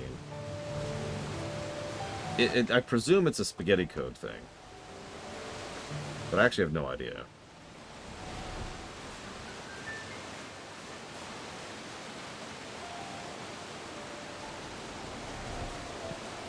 There it is. Over there. To the right. To the right. Ah! Yeah. Yeah, but like it's a whole thing. It's a whole weird menu thing. Which I'm trying to... How do I hop? Yeah, thank you.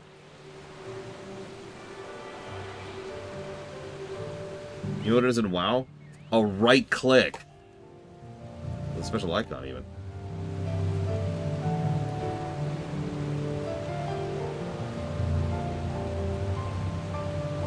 I mean, the lunar whale doesn't change size. Also, it doesn't show anybody who's riding it. I do like Italian. I could go for a really good Italian. There's actually a really good Italian restaurant. We took the eldest one to there for her birthday last year. Oh, right. Sorry. Let's see if I can remember how to do this. Nope. There it was. Okay. How do I share that? There. Oh, absolutely, Blade Tool. I would love to dig into the code of this game. If I knew what I was looking at.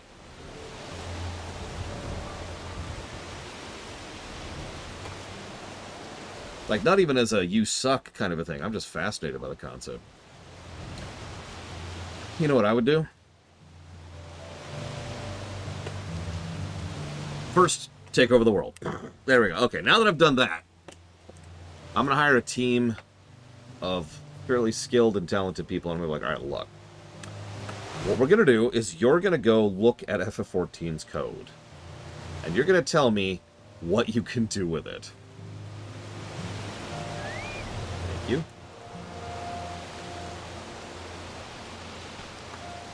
Hello. Have you taken all that in our humble village has to offer? If you happen to be on your way to Breath Between, there's a task I would ask you to help with. You are as kind as they say. I've been asked to deliver freshly sprouted reed leaves to use as bait, but my work here has kept me so busy I've had little time to fill the order. The fields nearby have the choicest reeds, and I would be in your debt if you could gather some leaves and take them to Munahanu. You can keep this as payment for your troubles. That would be funny, Pillars to Know, if they looked at that and they were just like, yeah, no, there's nothing we can do with that. And it's just like, oh, okay. Understood. Oh, absolutely, Blade Javal. As it happens, there is one MMO that I have actually had a chance to actually look at the code. And yeah, no, it's astonishingly impressive what they've managed with that engine.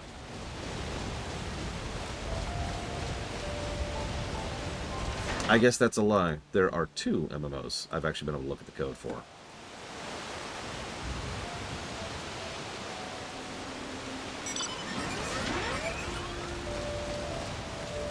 Forgot Asheron's Call.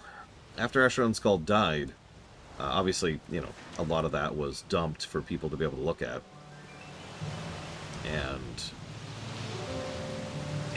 the way that they did object generation alone is so wild. I would have to actually go and research it to be able to explain it to you.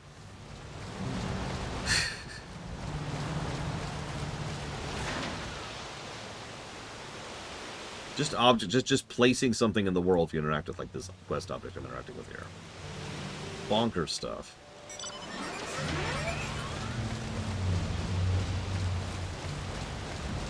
But no, the other one, if it's not extremely obvious, is WoW. WoW likes to, so a lot of WoW's engine is based on objects, which I suppose sounds obvious, but it means they've had to get creative over the years in order to make effects happen. Like, let's say, random example, you're wandering around, and suddenly, like, a lightning flash smashes into the nearby, like over here, right? Well, you can't just do that because it needs to have an object be attached to it. So, the solution is they throw up an object, excuse me, over here, which is flagged to have no model attached to it, the bunny, essentially. So the model is here, and then they generate it, have the lightning flash strike the bunny, and then despawn the bunny, thereby cleaning up the code. Boom. All the player sees is the lightning flash. Stuff like that. You hear about the supplies? Good, good. Everything's in that crate over there. Be careful. You might break a bottle of dye. The Landsguard artisan who designed their uniforms is very particular about their coloring, so not a single one can go to waste. There's nothing a soldier loves more than their equipment, so every detail has to be just right. I'll do that in just a second. Actually, can I share real quick my favorite jury rig code in WoW? It's actually in Cataclysm, so this is pretty old. So there's a boss, right? Imagine the boss is in the middle, right here, right in the middle of this area. So he's standing there, he's like, well, haha, I'm a boss, and I'm evil! And we're floating over here, fighting him in the middle. And we're floating, we're actually out in the air. At a certain point, one of his attacks makes us spin around him very, very, very rapidly, much faster than I'm going here, in a circle. So how do you think they accomplished that without actually screwing with the player's ability to do things during this attack and also endure it? Well, what they did was they went ahead and generated a bunny, like over here. It's actually more like they generated 3 bunnies, okay?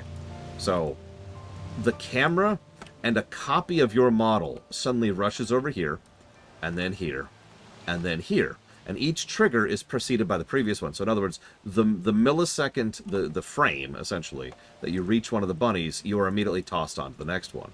It creates the visual impression of you circling around him very, very, very rapid fire like this, without actually being disorienting as hell to the camera or the player. And the whole time, in terms of code, your player hasn't moved, not 1 inch. You're just sitting right here, continuing to stab the guy in his face. It's really cool. Anyway, sorry.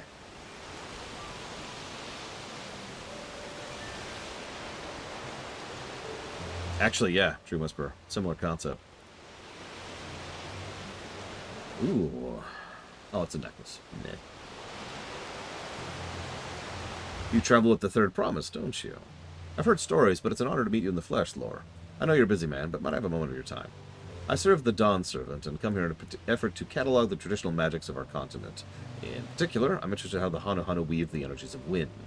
Competing to see who can float the furthest seemed to be the favorite pastime of the Hanu, which demonstrates their mastery of a wind, yet I've no notion as to how they achieve this mastery.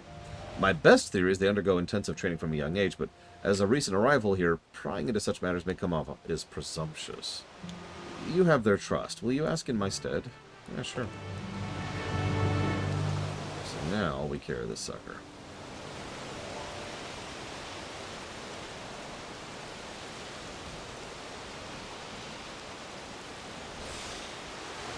I'd make fun of hauling something like this, but I've done this before in real life. It's a lot more difficult to do than you'd think.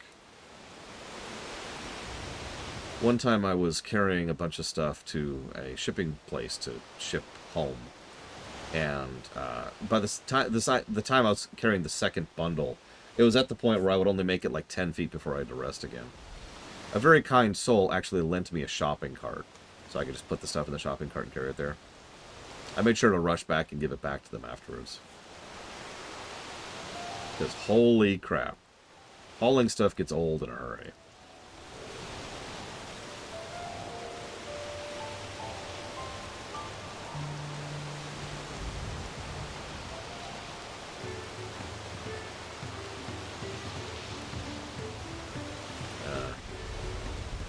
Oh, it is that one. I'm right.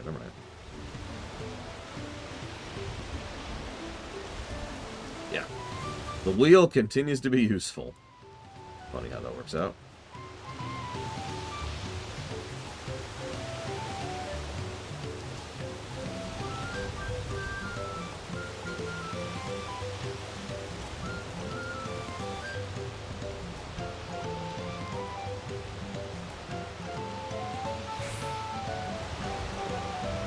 You okay, dude? Really, these really feathers are so heavy. How many are in there? Hundreds? Thousands? More?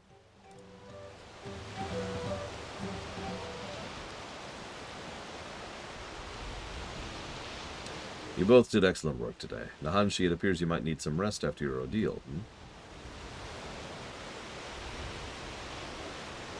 How many feathers did you pack into the crate? Are you sure you didn't send to me to get the dyes and oils?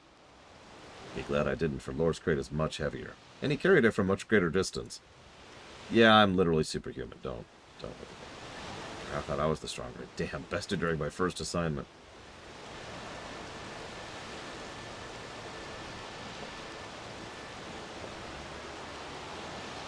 But that won't happen again. I've had enough rest, so let's get on with it. If you insist, let us proceed to the heart of the matter. First, we must dye each feather one by one. Be careful, each color is needed in different quantities. Equipment used to attack is adorned with black. Equipment for defense is green. For those, we must carefully... Hold on just a damn moment. We're dyeing all of these, one by one? I'll be an old man by then. There has to be a better way. Say, throw a few dozen of them in a big bowl of dye. That'll make the coloring uneven. As I was saying, we must carefully apply oil to the feathers to bring out their original color, or they'll quickly become brittle. I see. This will be a test of patience, but with the three of us, it shall be over before the moon turns. Probably. Why not? For I'm here to teach you how best to see the job done. I suppose I'm thankful for that. Truth be told, I never knew so much hard work went into our uniforms. For our brothers and sisters in the Landsguard, no effort is too great. The Hanu are honored that you wear our feathers. Are you surprised? As the wind's chosen, seeing my feathers become a symbol of the great Kishaihi. Fills me with joy unequaled in this world. And to have them adorn the Landsguard's armor makes my joy all the sweeter. You and Toral can claim such an honor. There can be no mistakes. It's more to this than I thought.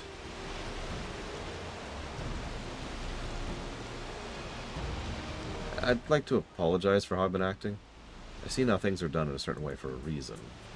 Tradition! Sorry. So while I may grow old and gray in the doing, I shall see every feather is dyed or oiled properly. Let's run this together, Alar. Yeah, I got other stuff to do, so peace.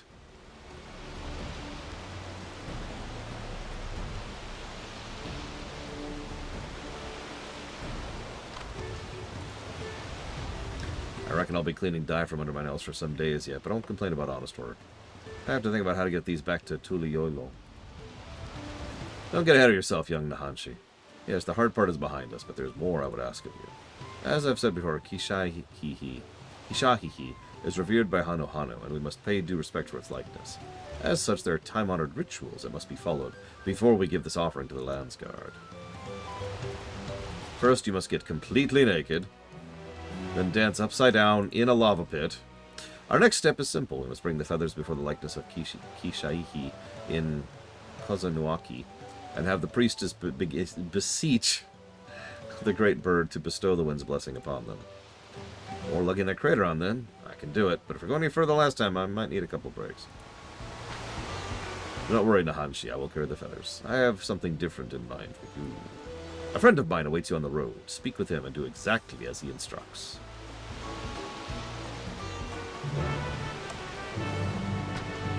I don't think he was complaining to you. Either way, his attitude is much improved, but his lessons aren't over yet. My friend awaits to further his education. Boy, that sounds ominous. I'm heartened to know you would have interest in our ways. Many note that the Hano have a deep connection to the wind, but few care to ask how that connection is made. That being said, it's a question of without a simple answer. However, I would say our feathers are the most important tool we have for comprehending the wind's movements. They're more than just for show. They allow us to sense even the slightest shift in the wind's temperament, and that awareness allows us to direct it as we see fit. What about the rain? Yeah, I've actually said this before. I'm anti-traditionalist, but that's because that's kind of pulling it technically. In other words, I'm anti-tradition for the sake of itself. If something old works, then it works. And that's pretty much my take on that in a nutshell. We keep using the wheel because wheels work, you know? Why does the wind heat us? Because we consume the blessing of reeds, bestowed upon us by Kozama'uka. The energy suffused in the earth flows into the reeds, and the reeds flow into our bellies. By that cycle we are gifted the land's strength. In other words, the reeds are far more than mere sustenance. They are the wellspring of our power. Yes, I have to destroy your reeds to destroy you all.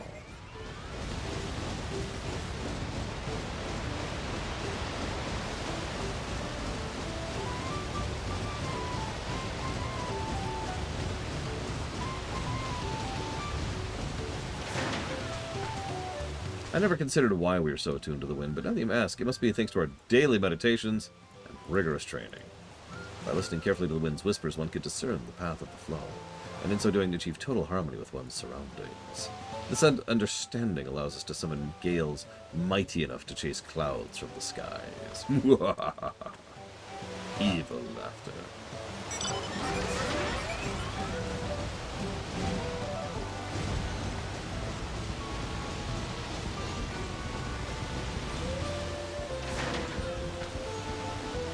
He returned. He looked slightly unsettled, but none the worse for wear otherwise. That cave is where we gather the rainbow moss in our medicines. It has long been held sacred as a healing spot due to its tranquil scenery. I haven't been since the great storm. I was worried that perhaps it had changed or suffered damage in the floods. I'm glad here nothing has changed. But more than anything, I'm glad my friend returned safely. Had you not come along, the day might have been much darker. Actually, yeah, Dream Whisperer. And that's what I'm against. Quite unabashedly.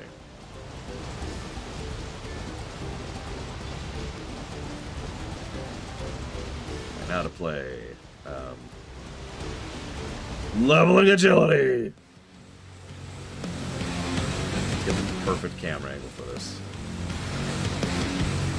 Well, let's get Get stopped by a rope. Okay, we're good.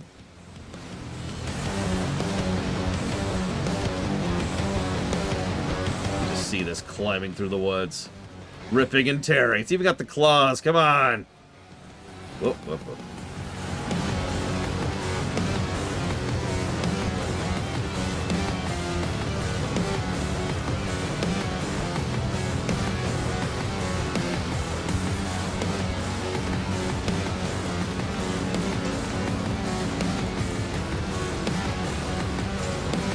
Yep, and we're here.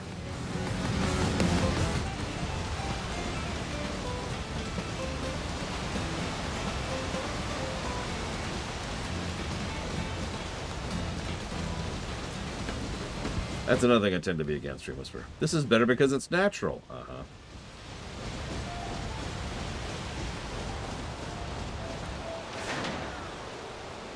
We have returned, with the Hano forthcoming with their knowledge.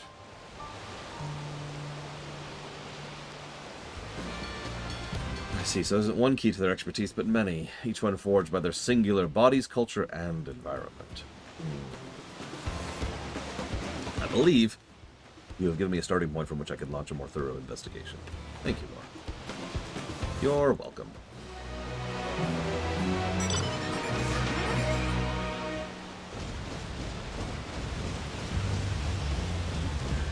Da-na-na-na-na-na, da-na-na-da-na-na-da.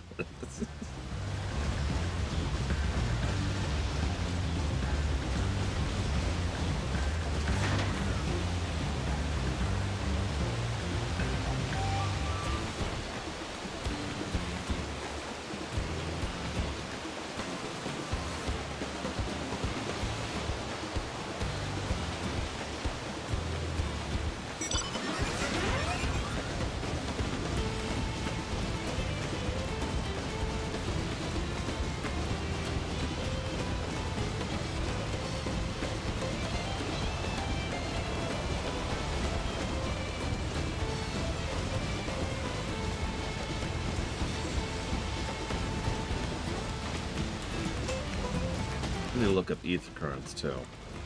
I don't remember if we gave a negative for those for the whole game or for per expansion.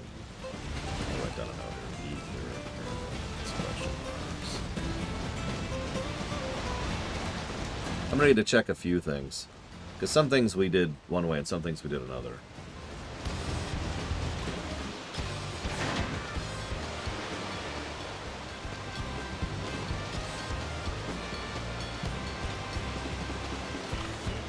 Oh, hello. To what do I owe this honor? There you go, buddy. Have a fruit.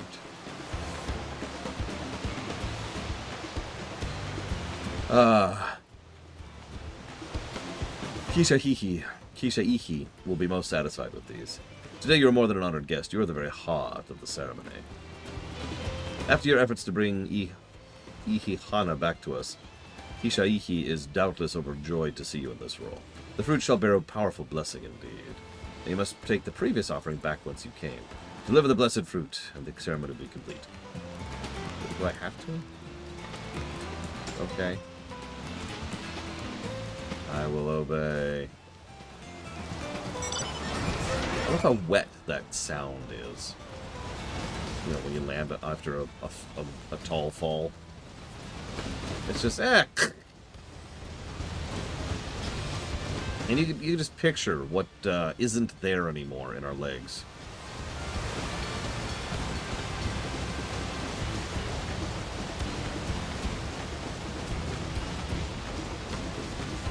Oh my god, Rex.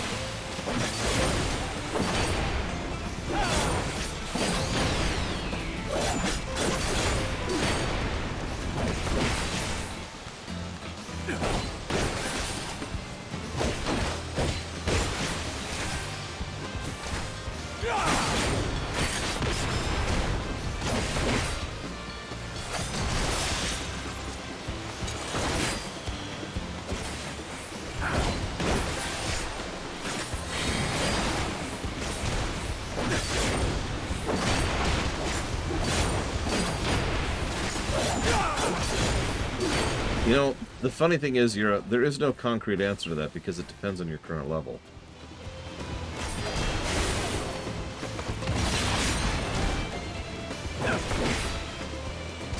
Having said that, roulettes are always going to be good experience. At 40, your best bet is to do the MSQ and focus on roulettes every day.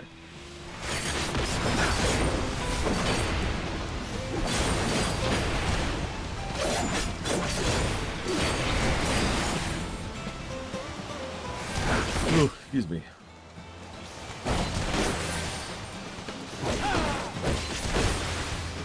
Yeah, if you're ever that's actually a good advice in general. If you're ever stuck in a level range, just mulch whatever the highest level dungeon is you currently have access to. Hi, Bregman.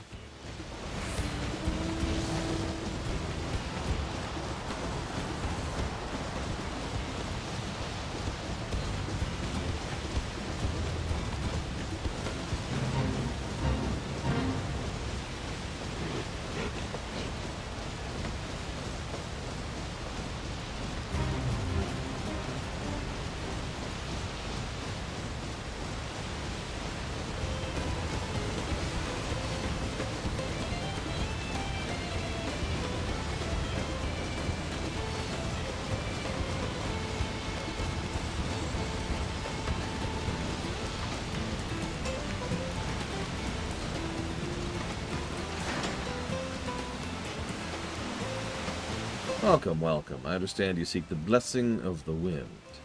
The priestess requires a special type of bark to complete the ceremony, and your job is to gather it.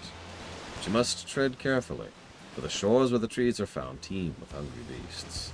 I suggest clearing the area first so one doesn't sneak up on you.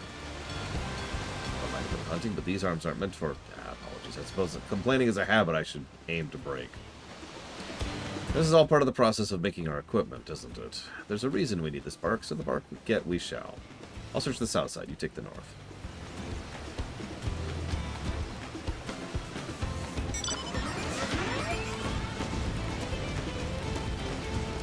So, the easiest way to get stuck in leveling would be to, if you're in the middle of the MSQ and you decide to switch classes in mid-stride.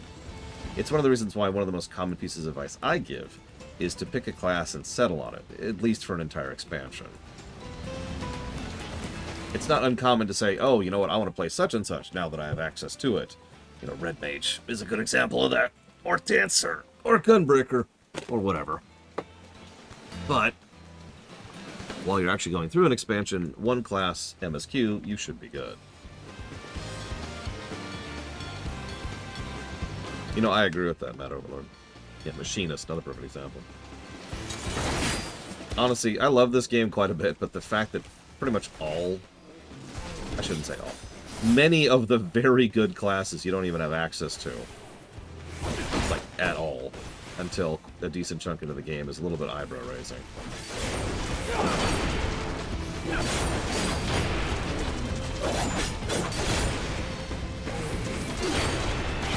And yeah, I think Von Falkenstein is looking for a group partner if you want to join him, Hero. Assuming you can, you should be able to. But don't quote me on that. Yeah, then there's Picto, which I'm currently having difficulties with.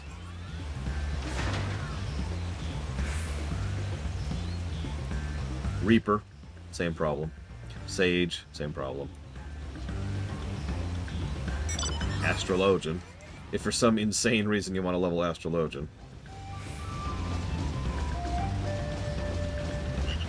Well, like I said, group with Von Falkenstein, Mira. No, Picto's fantastic, but it starts 10 levels lower than it should. So, my Pictomancer can't do any of the content I was planning to do. I literally can't change jobs. Because it's only 85.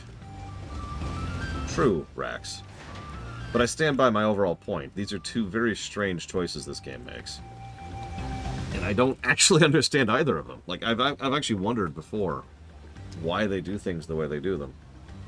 Like, they have the data, they have the reality of having new jobs.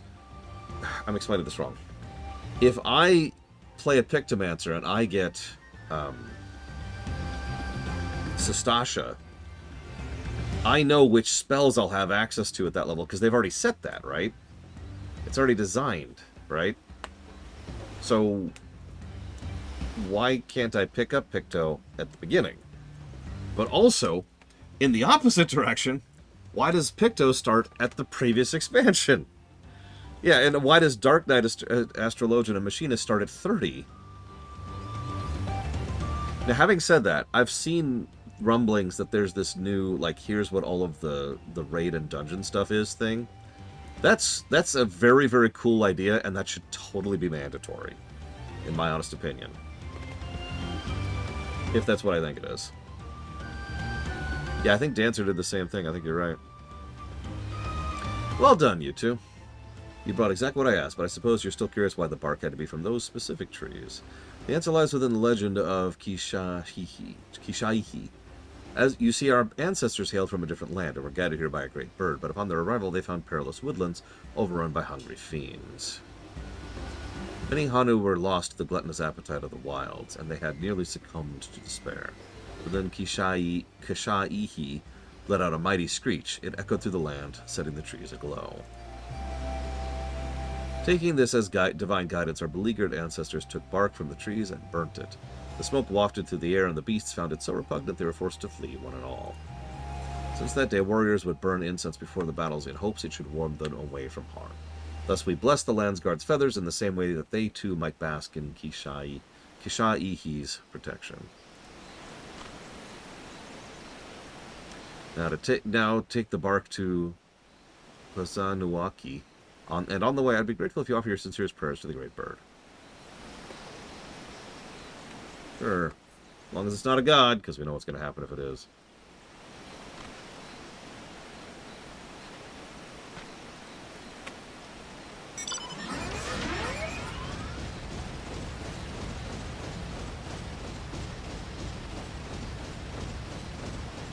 Yeah, I don't know. Like I said, I'm not going to ding it for it. It's just a very strange choice.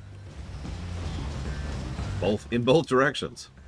If you want to play the good classes, go play the game for a while on a class you don't care about, or may not care about. Sorry, let me be more clear about that.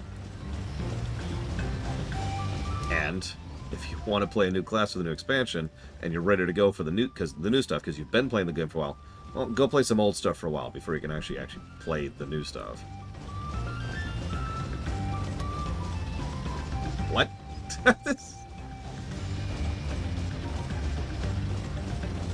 I'm sure they have a reasoning for it. I've never heard it, of course, because I don't have the power and influence to be able to reach out to the developers of F14 and say, hey, can I have a few questions answered? Because I would love for them to explain that. Like, I'm sure they have a reasoning, right? We're finally here. Mind giving me your bark? I'll deliver it to the priestess. Yeah, sure, here you go. Thank you, Lore. Once I'm finished, let's offer our prayers. One wanted to support a host after all.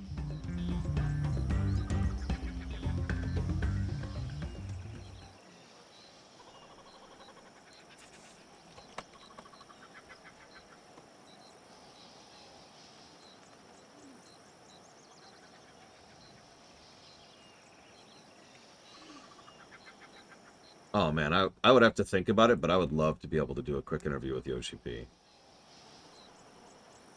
Also true, Rex. I don't know. The Hanu take their traditions seriously, don't they? I knew they wished for good harvest and such, but I never imagined we Landsguard were in their thoughts all this time.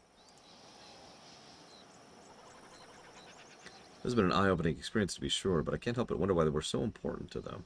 Why allow us to use their revered god in the designs of our equipment? That could be Pillars of Snow. That's true. For those of you not aware, WoW used to have a similar system. They don't anymore. They haven't for a long time. In fact, nowadays, WoW classes are the opposite. WoW classes don't start... The hero classes, the later expansion classes, don't start at 1 anymore for the most part. They start higher level. At the moment, that would be 10. So you can just jump into things immediately. Granted, that's, you know... That's kind of how WoW tends to approach things. Here you go. Aren't you a Landsguard yourself when you ask such questions?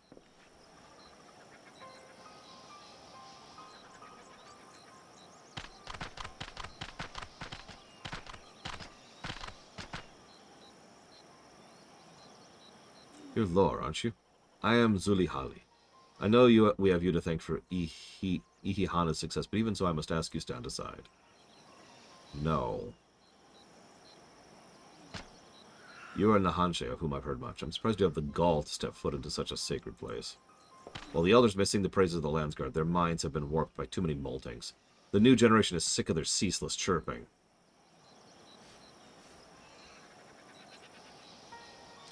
You have to see your lines. Remember how we practiced. Oh my god, I was about to be angry. I was about to be angry. Oh, yes, I understand. We heard you complain when you took the feathers. We saw the disdain in your eyes. Someone with such disrespect for our history doesn't deserve to bask in Kisha'ihi's grace. What? But I...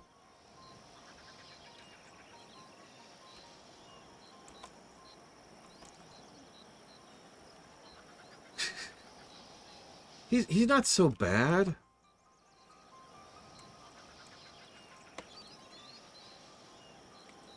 It may be so, Lord, but he's had enough chances. We refuse to suffer this Landsguard to be in Okano.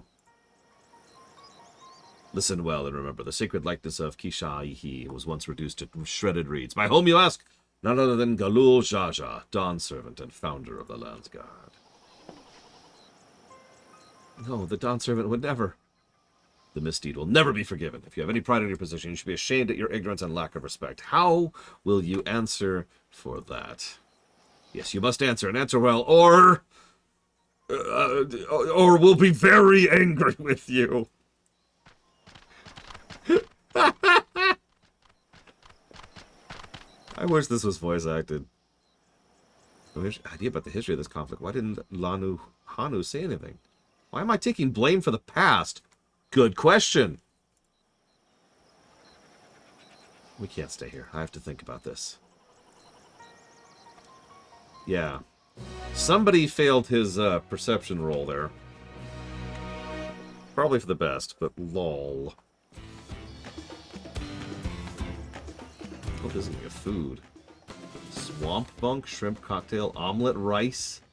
Omelet rice. A buttery, runny omelet laid neatly over a bed of pan-fried rice flavored with sweet tomato sauce. Oh my god! Okay.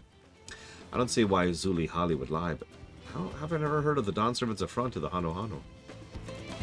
Why would Hanu act so proud to have his feathers adorning our equipment? I'm no good with numbers, but even I can tell something doesn't add up here. We have to find the truth. You might be right. It was my ignorance that seemed to set her off after all. Whatever happens, I'd like to leave here on Hanu's good side. Our best bet is probably to return to Okano. If anyone can tell us the truth about what happened with the Dawn Servant, it would be Lanu Hanu.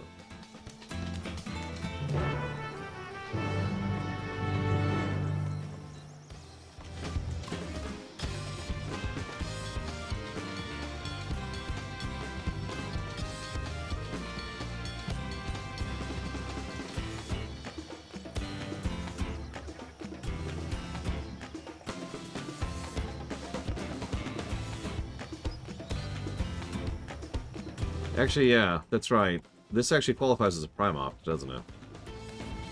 Because this is a regional, clearly.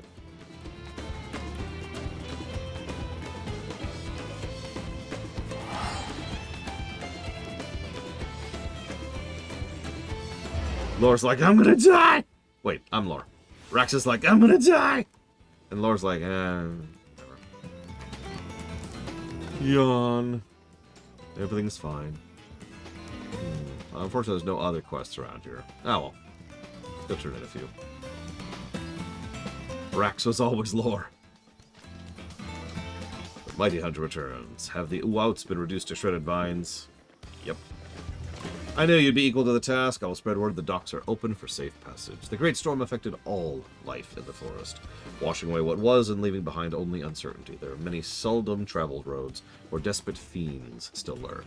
With the collapse of the Great Stairs, we've taken using the waterways and other uncommon routes to get from place to place until repairs are complete, and that day cannot come too soon. Until then, we must make do. Thank you for your bravery. You're welcome.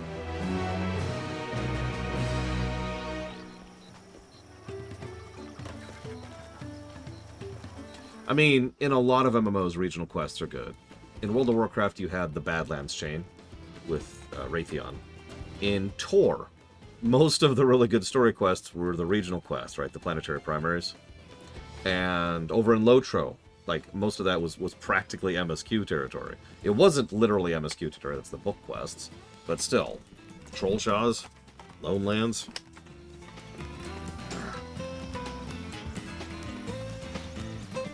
And ESO exists. I haven't gotten out of vanilla in ESO yet. Have you finished? Yes, thank you. Our homes will all be the safer for your efforts. I suppose you're wondering why I had you carry the reeds all the way across the forest. Well, Kozama'uka means land of arid shrine in our tongue. Legends say that so soothing is the breeze near the shrine that Kisha-ihi once rested its tired wings nearby. Once the reeds are dried and the roofs patched, our homes will be better fortified against the elements, and for that peace of mind, any price is worth paying. So here's your just reward.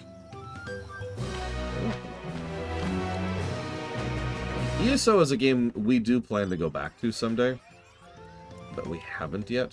Ah! What? Oh god. Ah! I can't. I'm stuck. I'm stuck! Ah! Oh my god. It's tacos. It's tacos. I have decided to consume these tacos on the spot.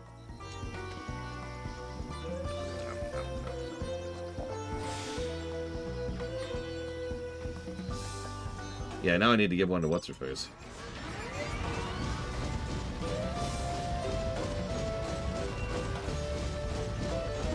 Oh, these tacos are very big. And fat.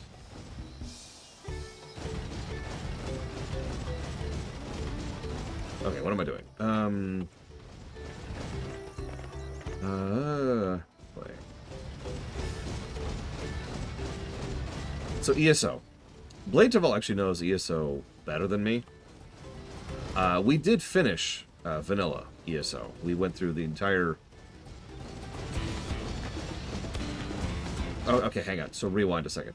There's actually 3 vanilla quest chains in ESO, which vary a few times. They're not universally different, but they are different several times. We did one of those, and we're never doing the other 2. It was... fine. It feels a lot like a vanilla chunk of an expansion, right? It's not great. So it's just, and it kind of killed our interest in continuing. We will get back to it at some point. I don't want to discourage you, because ESO was good enough for us to warrant wanting to go back to it someday. I will say one of the... Yeah, great one. Which alliance did we to? Whichever one has the Argonians in it.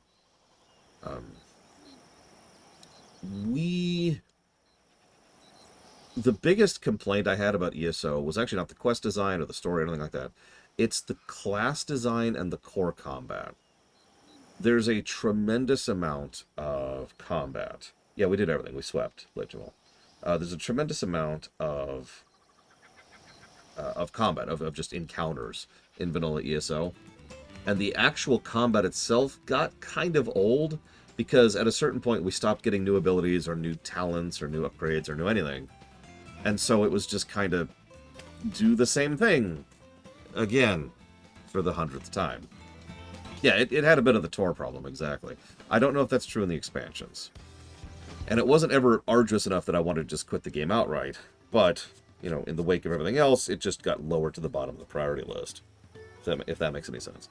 Not the best, you know, that's not the most ringing endorsement I could give, but it's a very honest one. So, there's also a non-zero chance it's the best Elder Scrolls game, so that's cool. Yes, I can feel Kisha-ihi's grace emanating from these. Thus, the ceremony is complete. The younger Hanu clamor to participate in this rite, you know. It's said that the fruit offered to Kisha-ihi becomes imbued with its divine spirit, and all who carry them shall be blessed with great luck. Surely you will be too. Although you traveled far, I hope you feel enriched by the experience. Go with our gratitude, and may the wings of Kisha-ihi sweep ill fortune from your path. Speaking of which, how is our ether current coming here?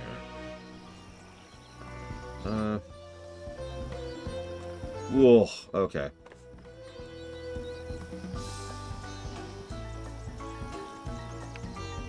I mean, the only one that I think really could contest it is Oblivion. And granted, I tend to come across pretty positively about Oblivion, but I've actually reviewed Oblivion at this point. I feel like I have earned that opinion. Although, admittedly, I have not reviewed Morrowind or Skyrim yet. I don't see him, but the crate's not here either. He might have left to Kozama'uka. Kozama'uka. Wouldn't we have seen him on the road if we had, though? The forest is vast, I suppose. Maybe one of the younger Hanu around here can tell us this Zulihali's scorn is shared. Let's ask around. Did you know it's actually on the list, Zero? It is, however, a gargantuan game, even if we have skipped most of the secondary content, because we do have a policy of skipping tasks. So it's still going to be a chonker, and I'd still rather chew on rusty nails, but it might happen someday.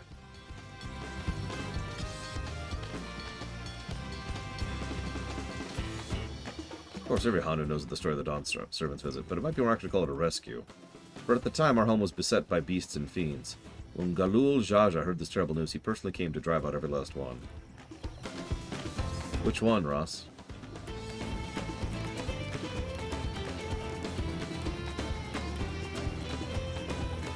Interesting, Primarch the Mage. Children of Time. Ah.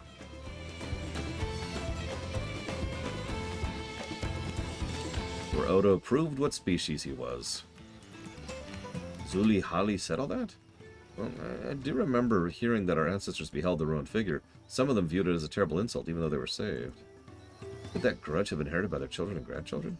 I can't speak on such matters, but maybe Lando Hanu can. He is wise in our ways, and makes every effort to befriend everyone he can. That's an interesting question, Yura. It is possible we could just rush the MSQ. We wouldn't, of course, but it's possible you could. A slightly better question would be, does rushing the MSQ get us away from all of the terrible dungeon design that exists in Daggerfall?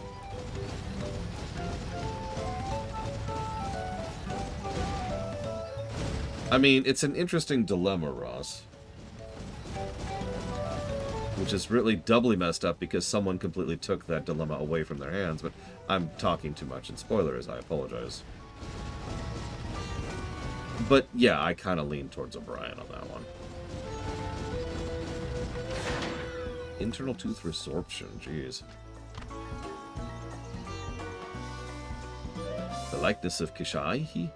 My father actually worked to repair it. He told me the Dawn Servant's slaughter of the beast was swift and brutal, but left many of our shrines and homes damaged in its wake. Well, what choice did he have? The fiends were at our doors. My father and his friends agreed it was better to be alive, at least in a way they could rebuild. Yeah, I'm actually aware of, well, let's just say the speedrun any percent route for Daggerfall is hilarious. For those of you not aware, what you do is you do the first dungeon, the first quest in the first dungeon, and then you do it again like 5 or 6 times, and then you win the game.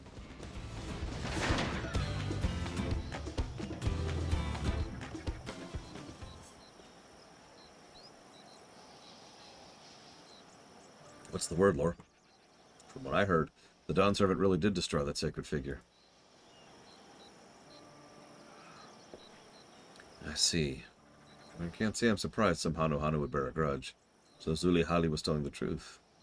This doesn't sit right with me, though. The Dawn Servant wouldn't simply go on a rampage and leave the Hanu to clean things up. He'd have more compassion than that. The Hanshe, Lord, you won't believe what happened. I was surrounded by Zulihali and her cronies. While on my way to the shrine, they stole the crate of feathers from my claws, saying no Landsguard could have it until Nahanshe gave his answer. I assume you know what they're talking about? They said if you ignore their demand, they'll burn every last feather. What? They gone mad? That's be good. I'm sorry. Can you go stall them for a while? Something I must look into first. Okay.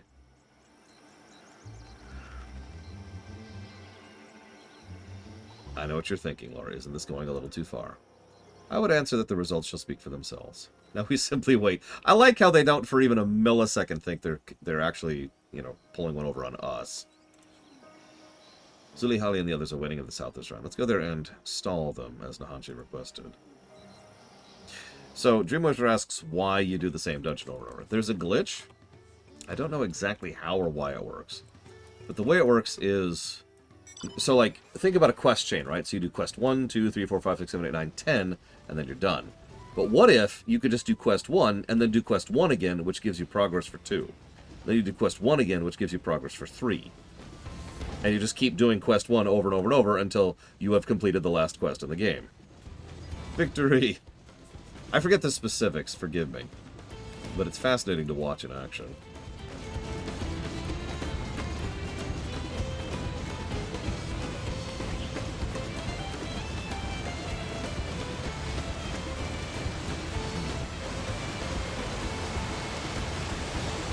Why am I in... Oh, I'm in combat because of Rax. Exactly. If they were trying to fool us, this would actually probably irritate me. What a surprise. I didn't expect to see one of the visitors here of all places. Have you come to fish? Fresh fish. We catch them, you buy them. These are the leaves I asked Gonahanu to deliver. You say you picked them yourself. You have quite the eye. These will do well. We can't grow to such prodigious size on reeds alone, you know. The fish from these waters are a staple in many a Hanu dish. We found they like reeds almost as much as we do. And since we mostly eat the stems, we use the fresh leaves of unharvested reeds as bait. Everyone feasts. You too can feast with a bit of coin. Here you go. Thanks.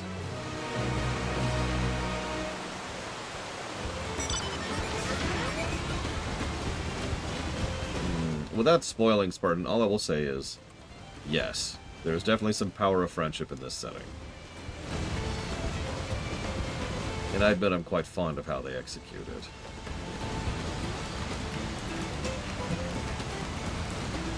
Oh yeah, we kill gods everywhere. I was kind of joking earlier, but I really wasn't joking. We've kind of knocked over every god in the setting at this point. If there's any left, it's because we missed some.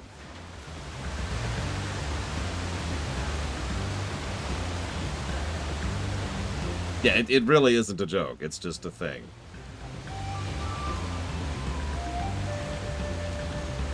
I'll kill you later, Zira. God.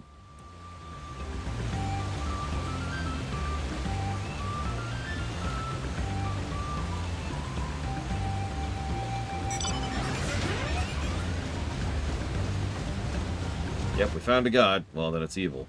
How do you know? Because it's calling itself a god. Oh. Stab. Alright, that's dealt with. Next.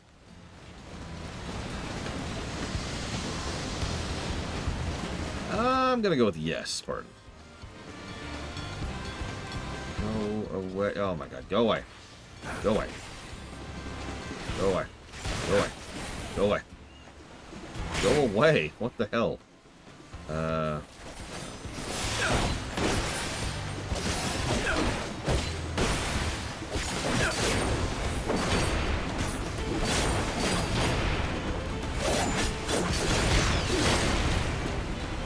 Anyways. I recognize you. You travel with Wuklamat, yes? Have you come to see the progress of the Great Stairs? Yes. Have a dumpling. So, normally, we tend to be... So, normally the process of explaining things is everything prior to where we are currently at in the story is acceptable for discussion. However, we kind of have a unique situation here. We have several people in chat who are still in the process of going through this game. And since we're not into what you would call heavy spoilers territory, today, which is when I've been streaming this game, I've kind of been trying to dance around spoilers a little bit, as a courtesy, right? And yeah, Dawntrail is kind of a whole new arc. So a lot of the stuff we're covering here doesn't really matter for the previous stuff, you know? Does that answer you, Primarch? When the reeds sprouted big and tall, we had cause to celebrate often. It was common scent in Okanu. To have these delivered by those who helped those in return is a great honor indeed.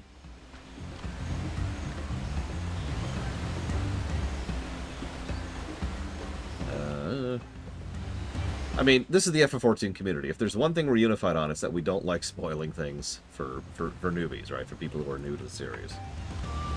This project will cause my feathers to fall out one by one. Mark my words. Where do we even begin? Here, have a dumpling.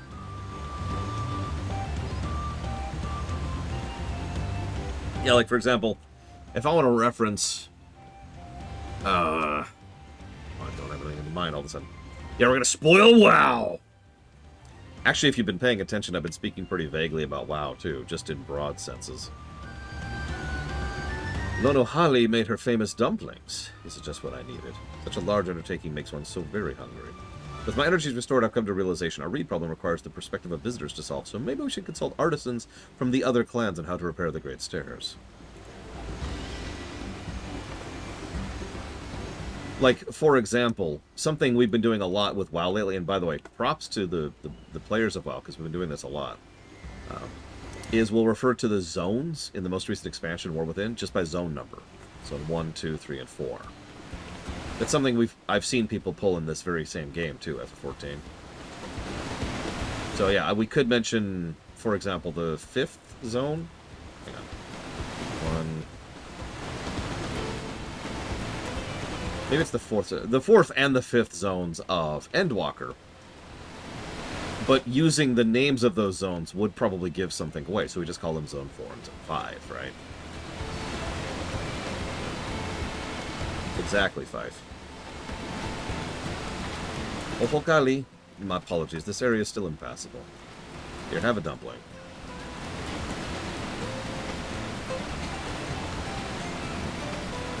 You brought reed dumplings. Just as I was about to keel over from hunger, a kind soul appears from the wilderness to save me.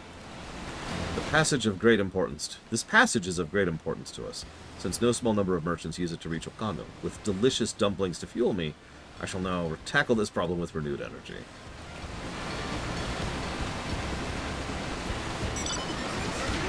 Something's wrong with my audio. Ah, that's why. This should be down here. There we go. The only thing that should be at 100 is voice. And we're almost done sweeping, which is good, because it smells like dinner's going to be soon. So it looks like we can just do this zone for today. That's about a zone per shift. That's pretty standard for our pace. Although we are doing side quests on camera this time. Not that I disagree with that approach.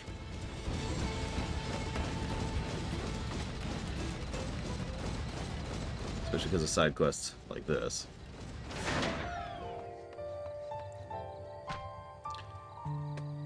Nahanshe should be here soon. We were lucky to have you spurn him into action, Laura. And while our methods may appear blunt to you, we wait until Nahanshe speaks before you judge us. Wait quietly and hear his answer.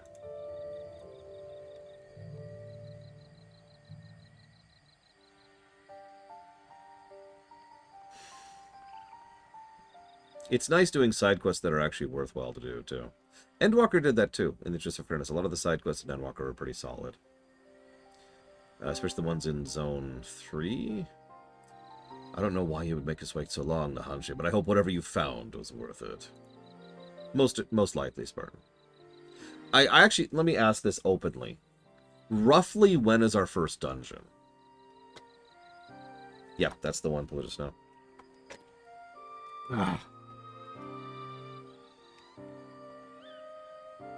After the 2 openers. Wow! Okay.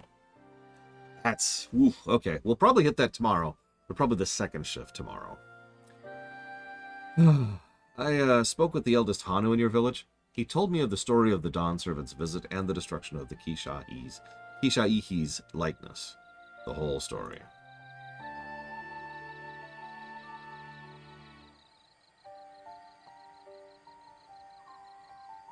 Seems he, particularly the head of reason, was filled with anguish at the sight and offered his deepest apologies. To make amends, he devised a way to assemble an even more robust figure from the remains of the previous one. His work was done overnight, and the head of resolve called upon the whole village to celebrate their newfound peace. For the first time in a long while, Ihihana commenced. The Dawn Servant was chosen to ride on the sacred float. After the festivities, the Dawn Servant said that when he finally established a unified nation in Tural, he wanted a motif representing Kisha-Ihi to be among those used in his soldiers' uniforms. He declared that different tribes can forge friendships so long as they open their hearts to one another. That his nation would be one of many where peoples of all stripes could live in harmony. His soldiers would become a symbol of that promise. So you learned for yourself after all. But you should have come here with that knowledge already seared into your memory.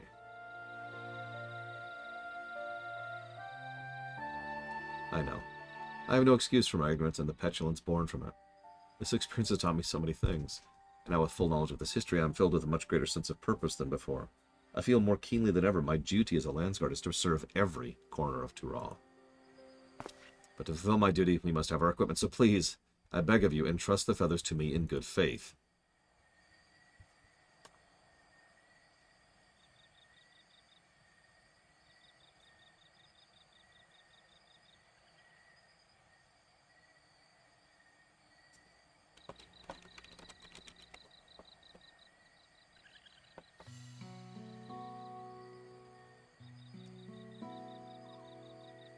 He'll be a fine soldier.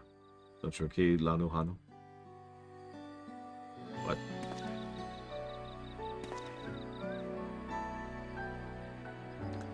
Yes, indeed. That was quite the moving display. My feathers were standing up straight. Thank you for looking after Nahanshi during his growth, Lore. Yeah. It's cool.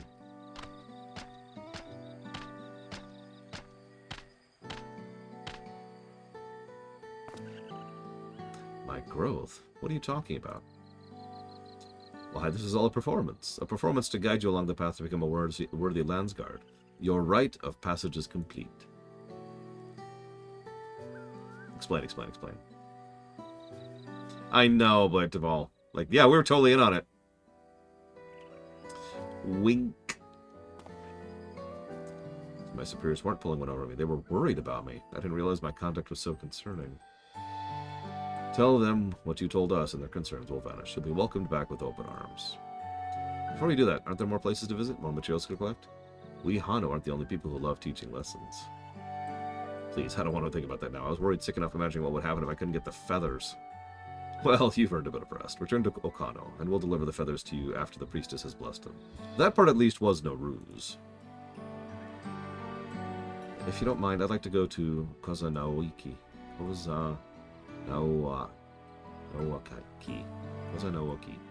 I feel I should offer one more play to Kisha Ihi. Very well. Lore, why don't you wait at Okano? I'll bring the feathers. I'd like to speak to you once more before I go.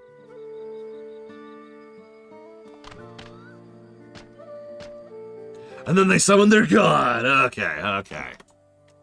It's that dessert at the end, you know?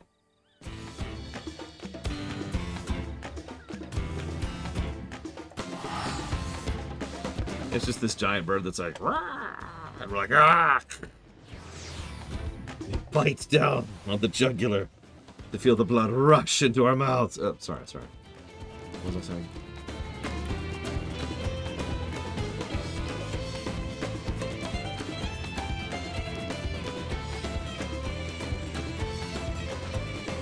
The rite of passage is behind us. Allow me to offer my thanks for all your help.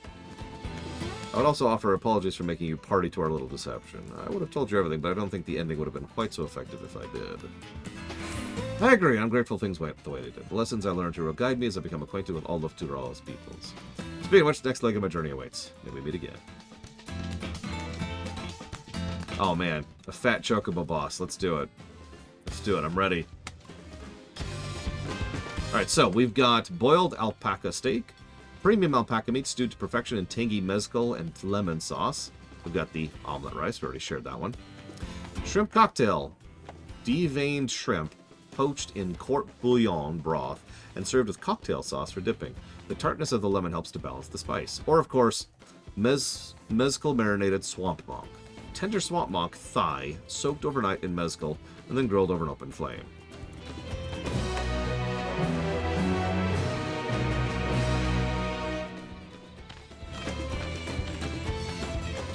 Regional. That was a solid regional. I liked that. Yeah, where's our second cookbook? We need all the cookbooks.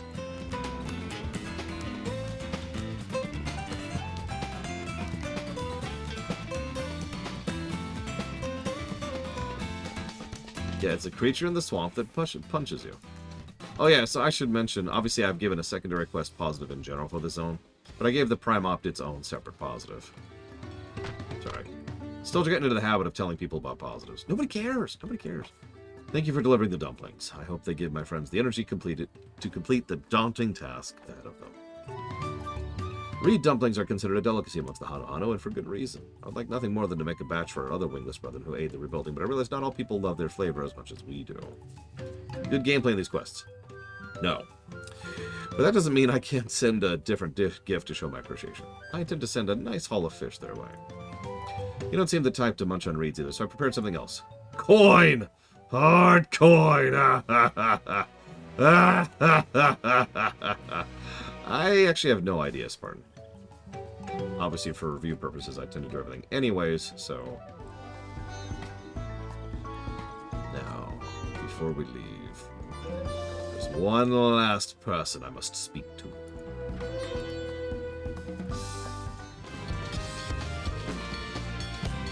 My friend, what brings you all this way? Taking in the sights, the sounds, the flavors of Tural at last.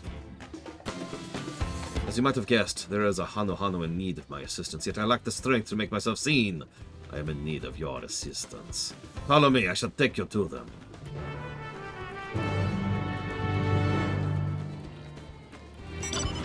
Pay your mercenary. Pay them on time. Pay them well.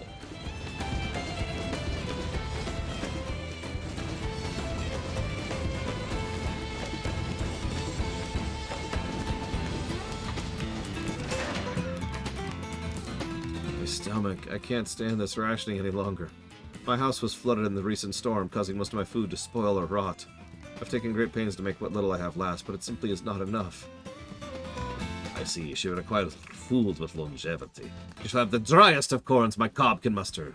There, that should suffice.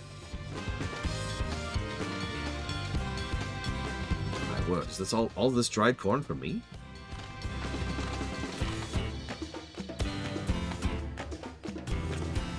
No kidding, Lord Erma. It'll be many moons before I can hope to diminish such a bountiful store, and the crunch is certain to be a sublime. Thank you, kind stranger. There's hope for the future yet. Oh, the children will be thrilled. She seemed quite taken with the dried corn. That is well. I shudder to think what havoc spoiled foods might play on her stomach and her bowels. Hunger might well be the least of her problems. Thanks to your timely assistance, however, she and her family will have all the corn they need to help them weather their hardships. Yet there are other empty bellies. Techno bellies! So I must away. Take care, friend. I hope to see you again. Fare thee well, Loa of corn. May the husk be at your back.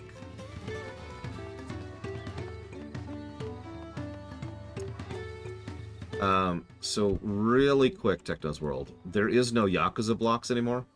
So if you would like to pick a specific Yakuza game, please let me know.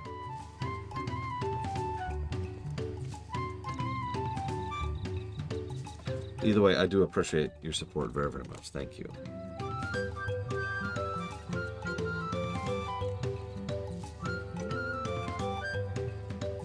Always appreciate it. What Iowa would I be? Well, I don't actually like going to Iowa all that much, but...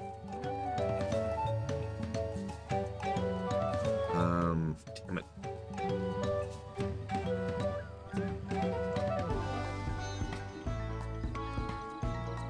You can do it, Spartan. I believe in you. I believe in you. Jesus, that was a lot of subs, Techno's World. Holy crap. Yakuza 0. Siphon Filter, Omega Strain, and Kingdom Hearts 1. Done. And thank you very, very much. Yes, Loa. I would probably be the Loa of something boring. Like the entire world. Or like the Loa of people, Loa of civilization, Loa of society, something like that.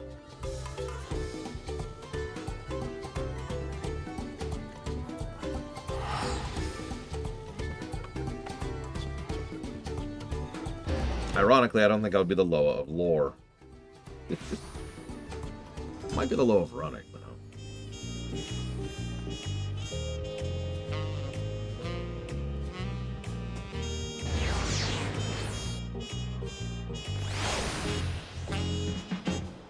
The Loa of plenipotentiaries. Whoop, whoop, whoop, up, up, up. There we go. Sorry. Weird issue there. Right, back to this.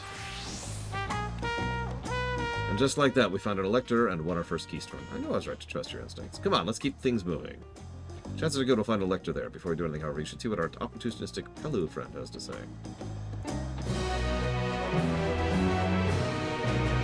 The Loa of Triumph.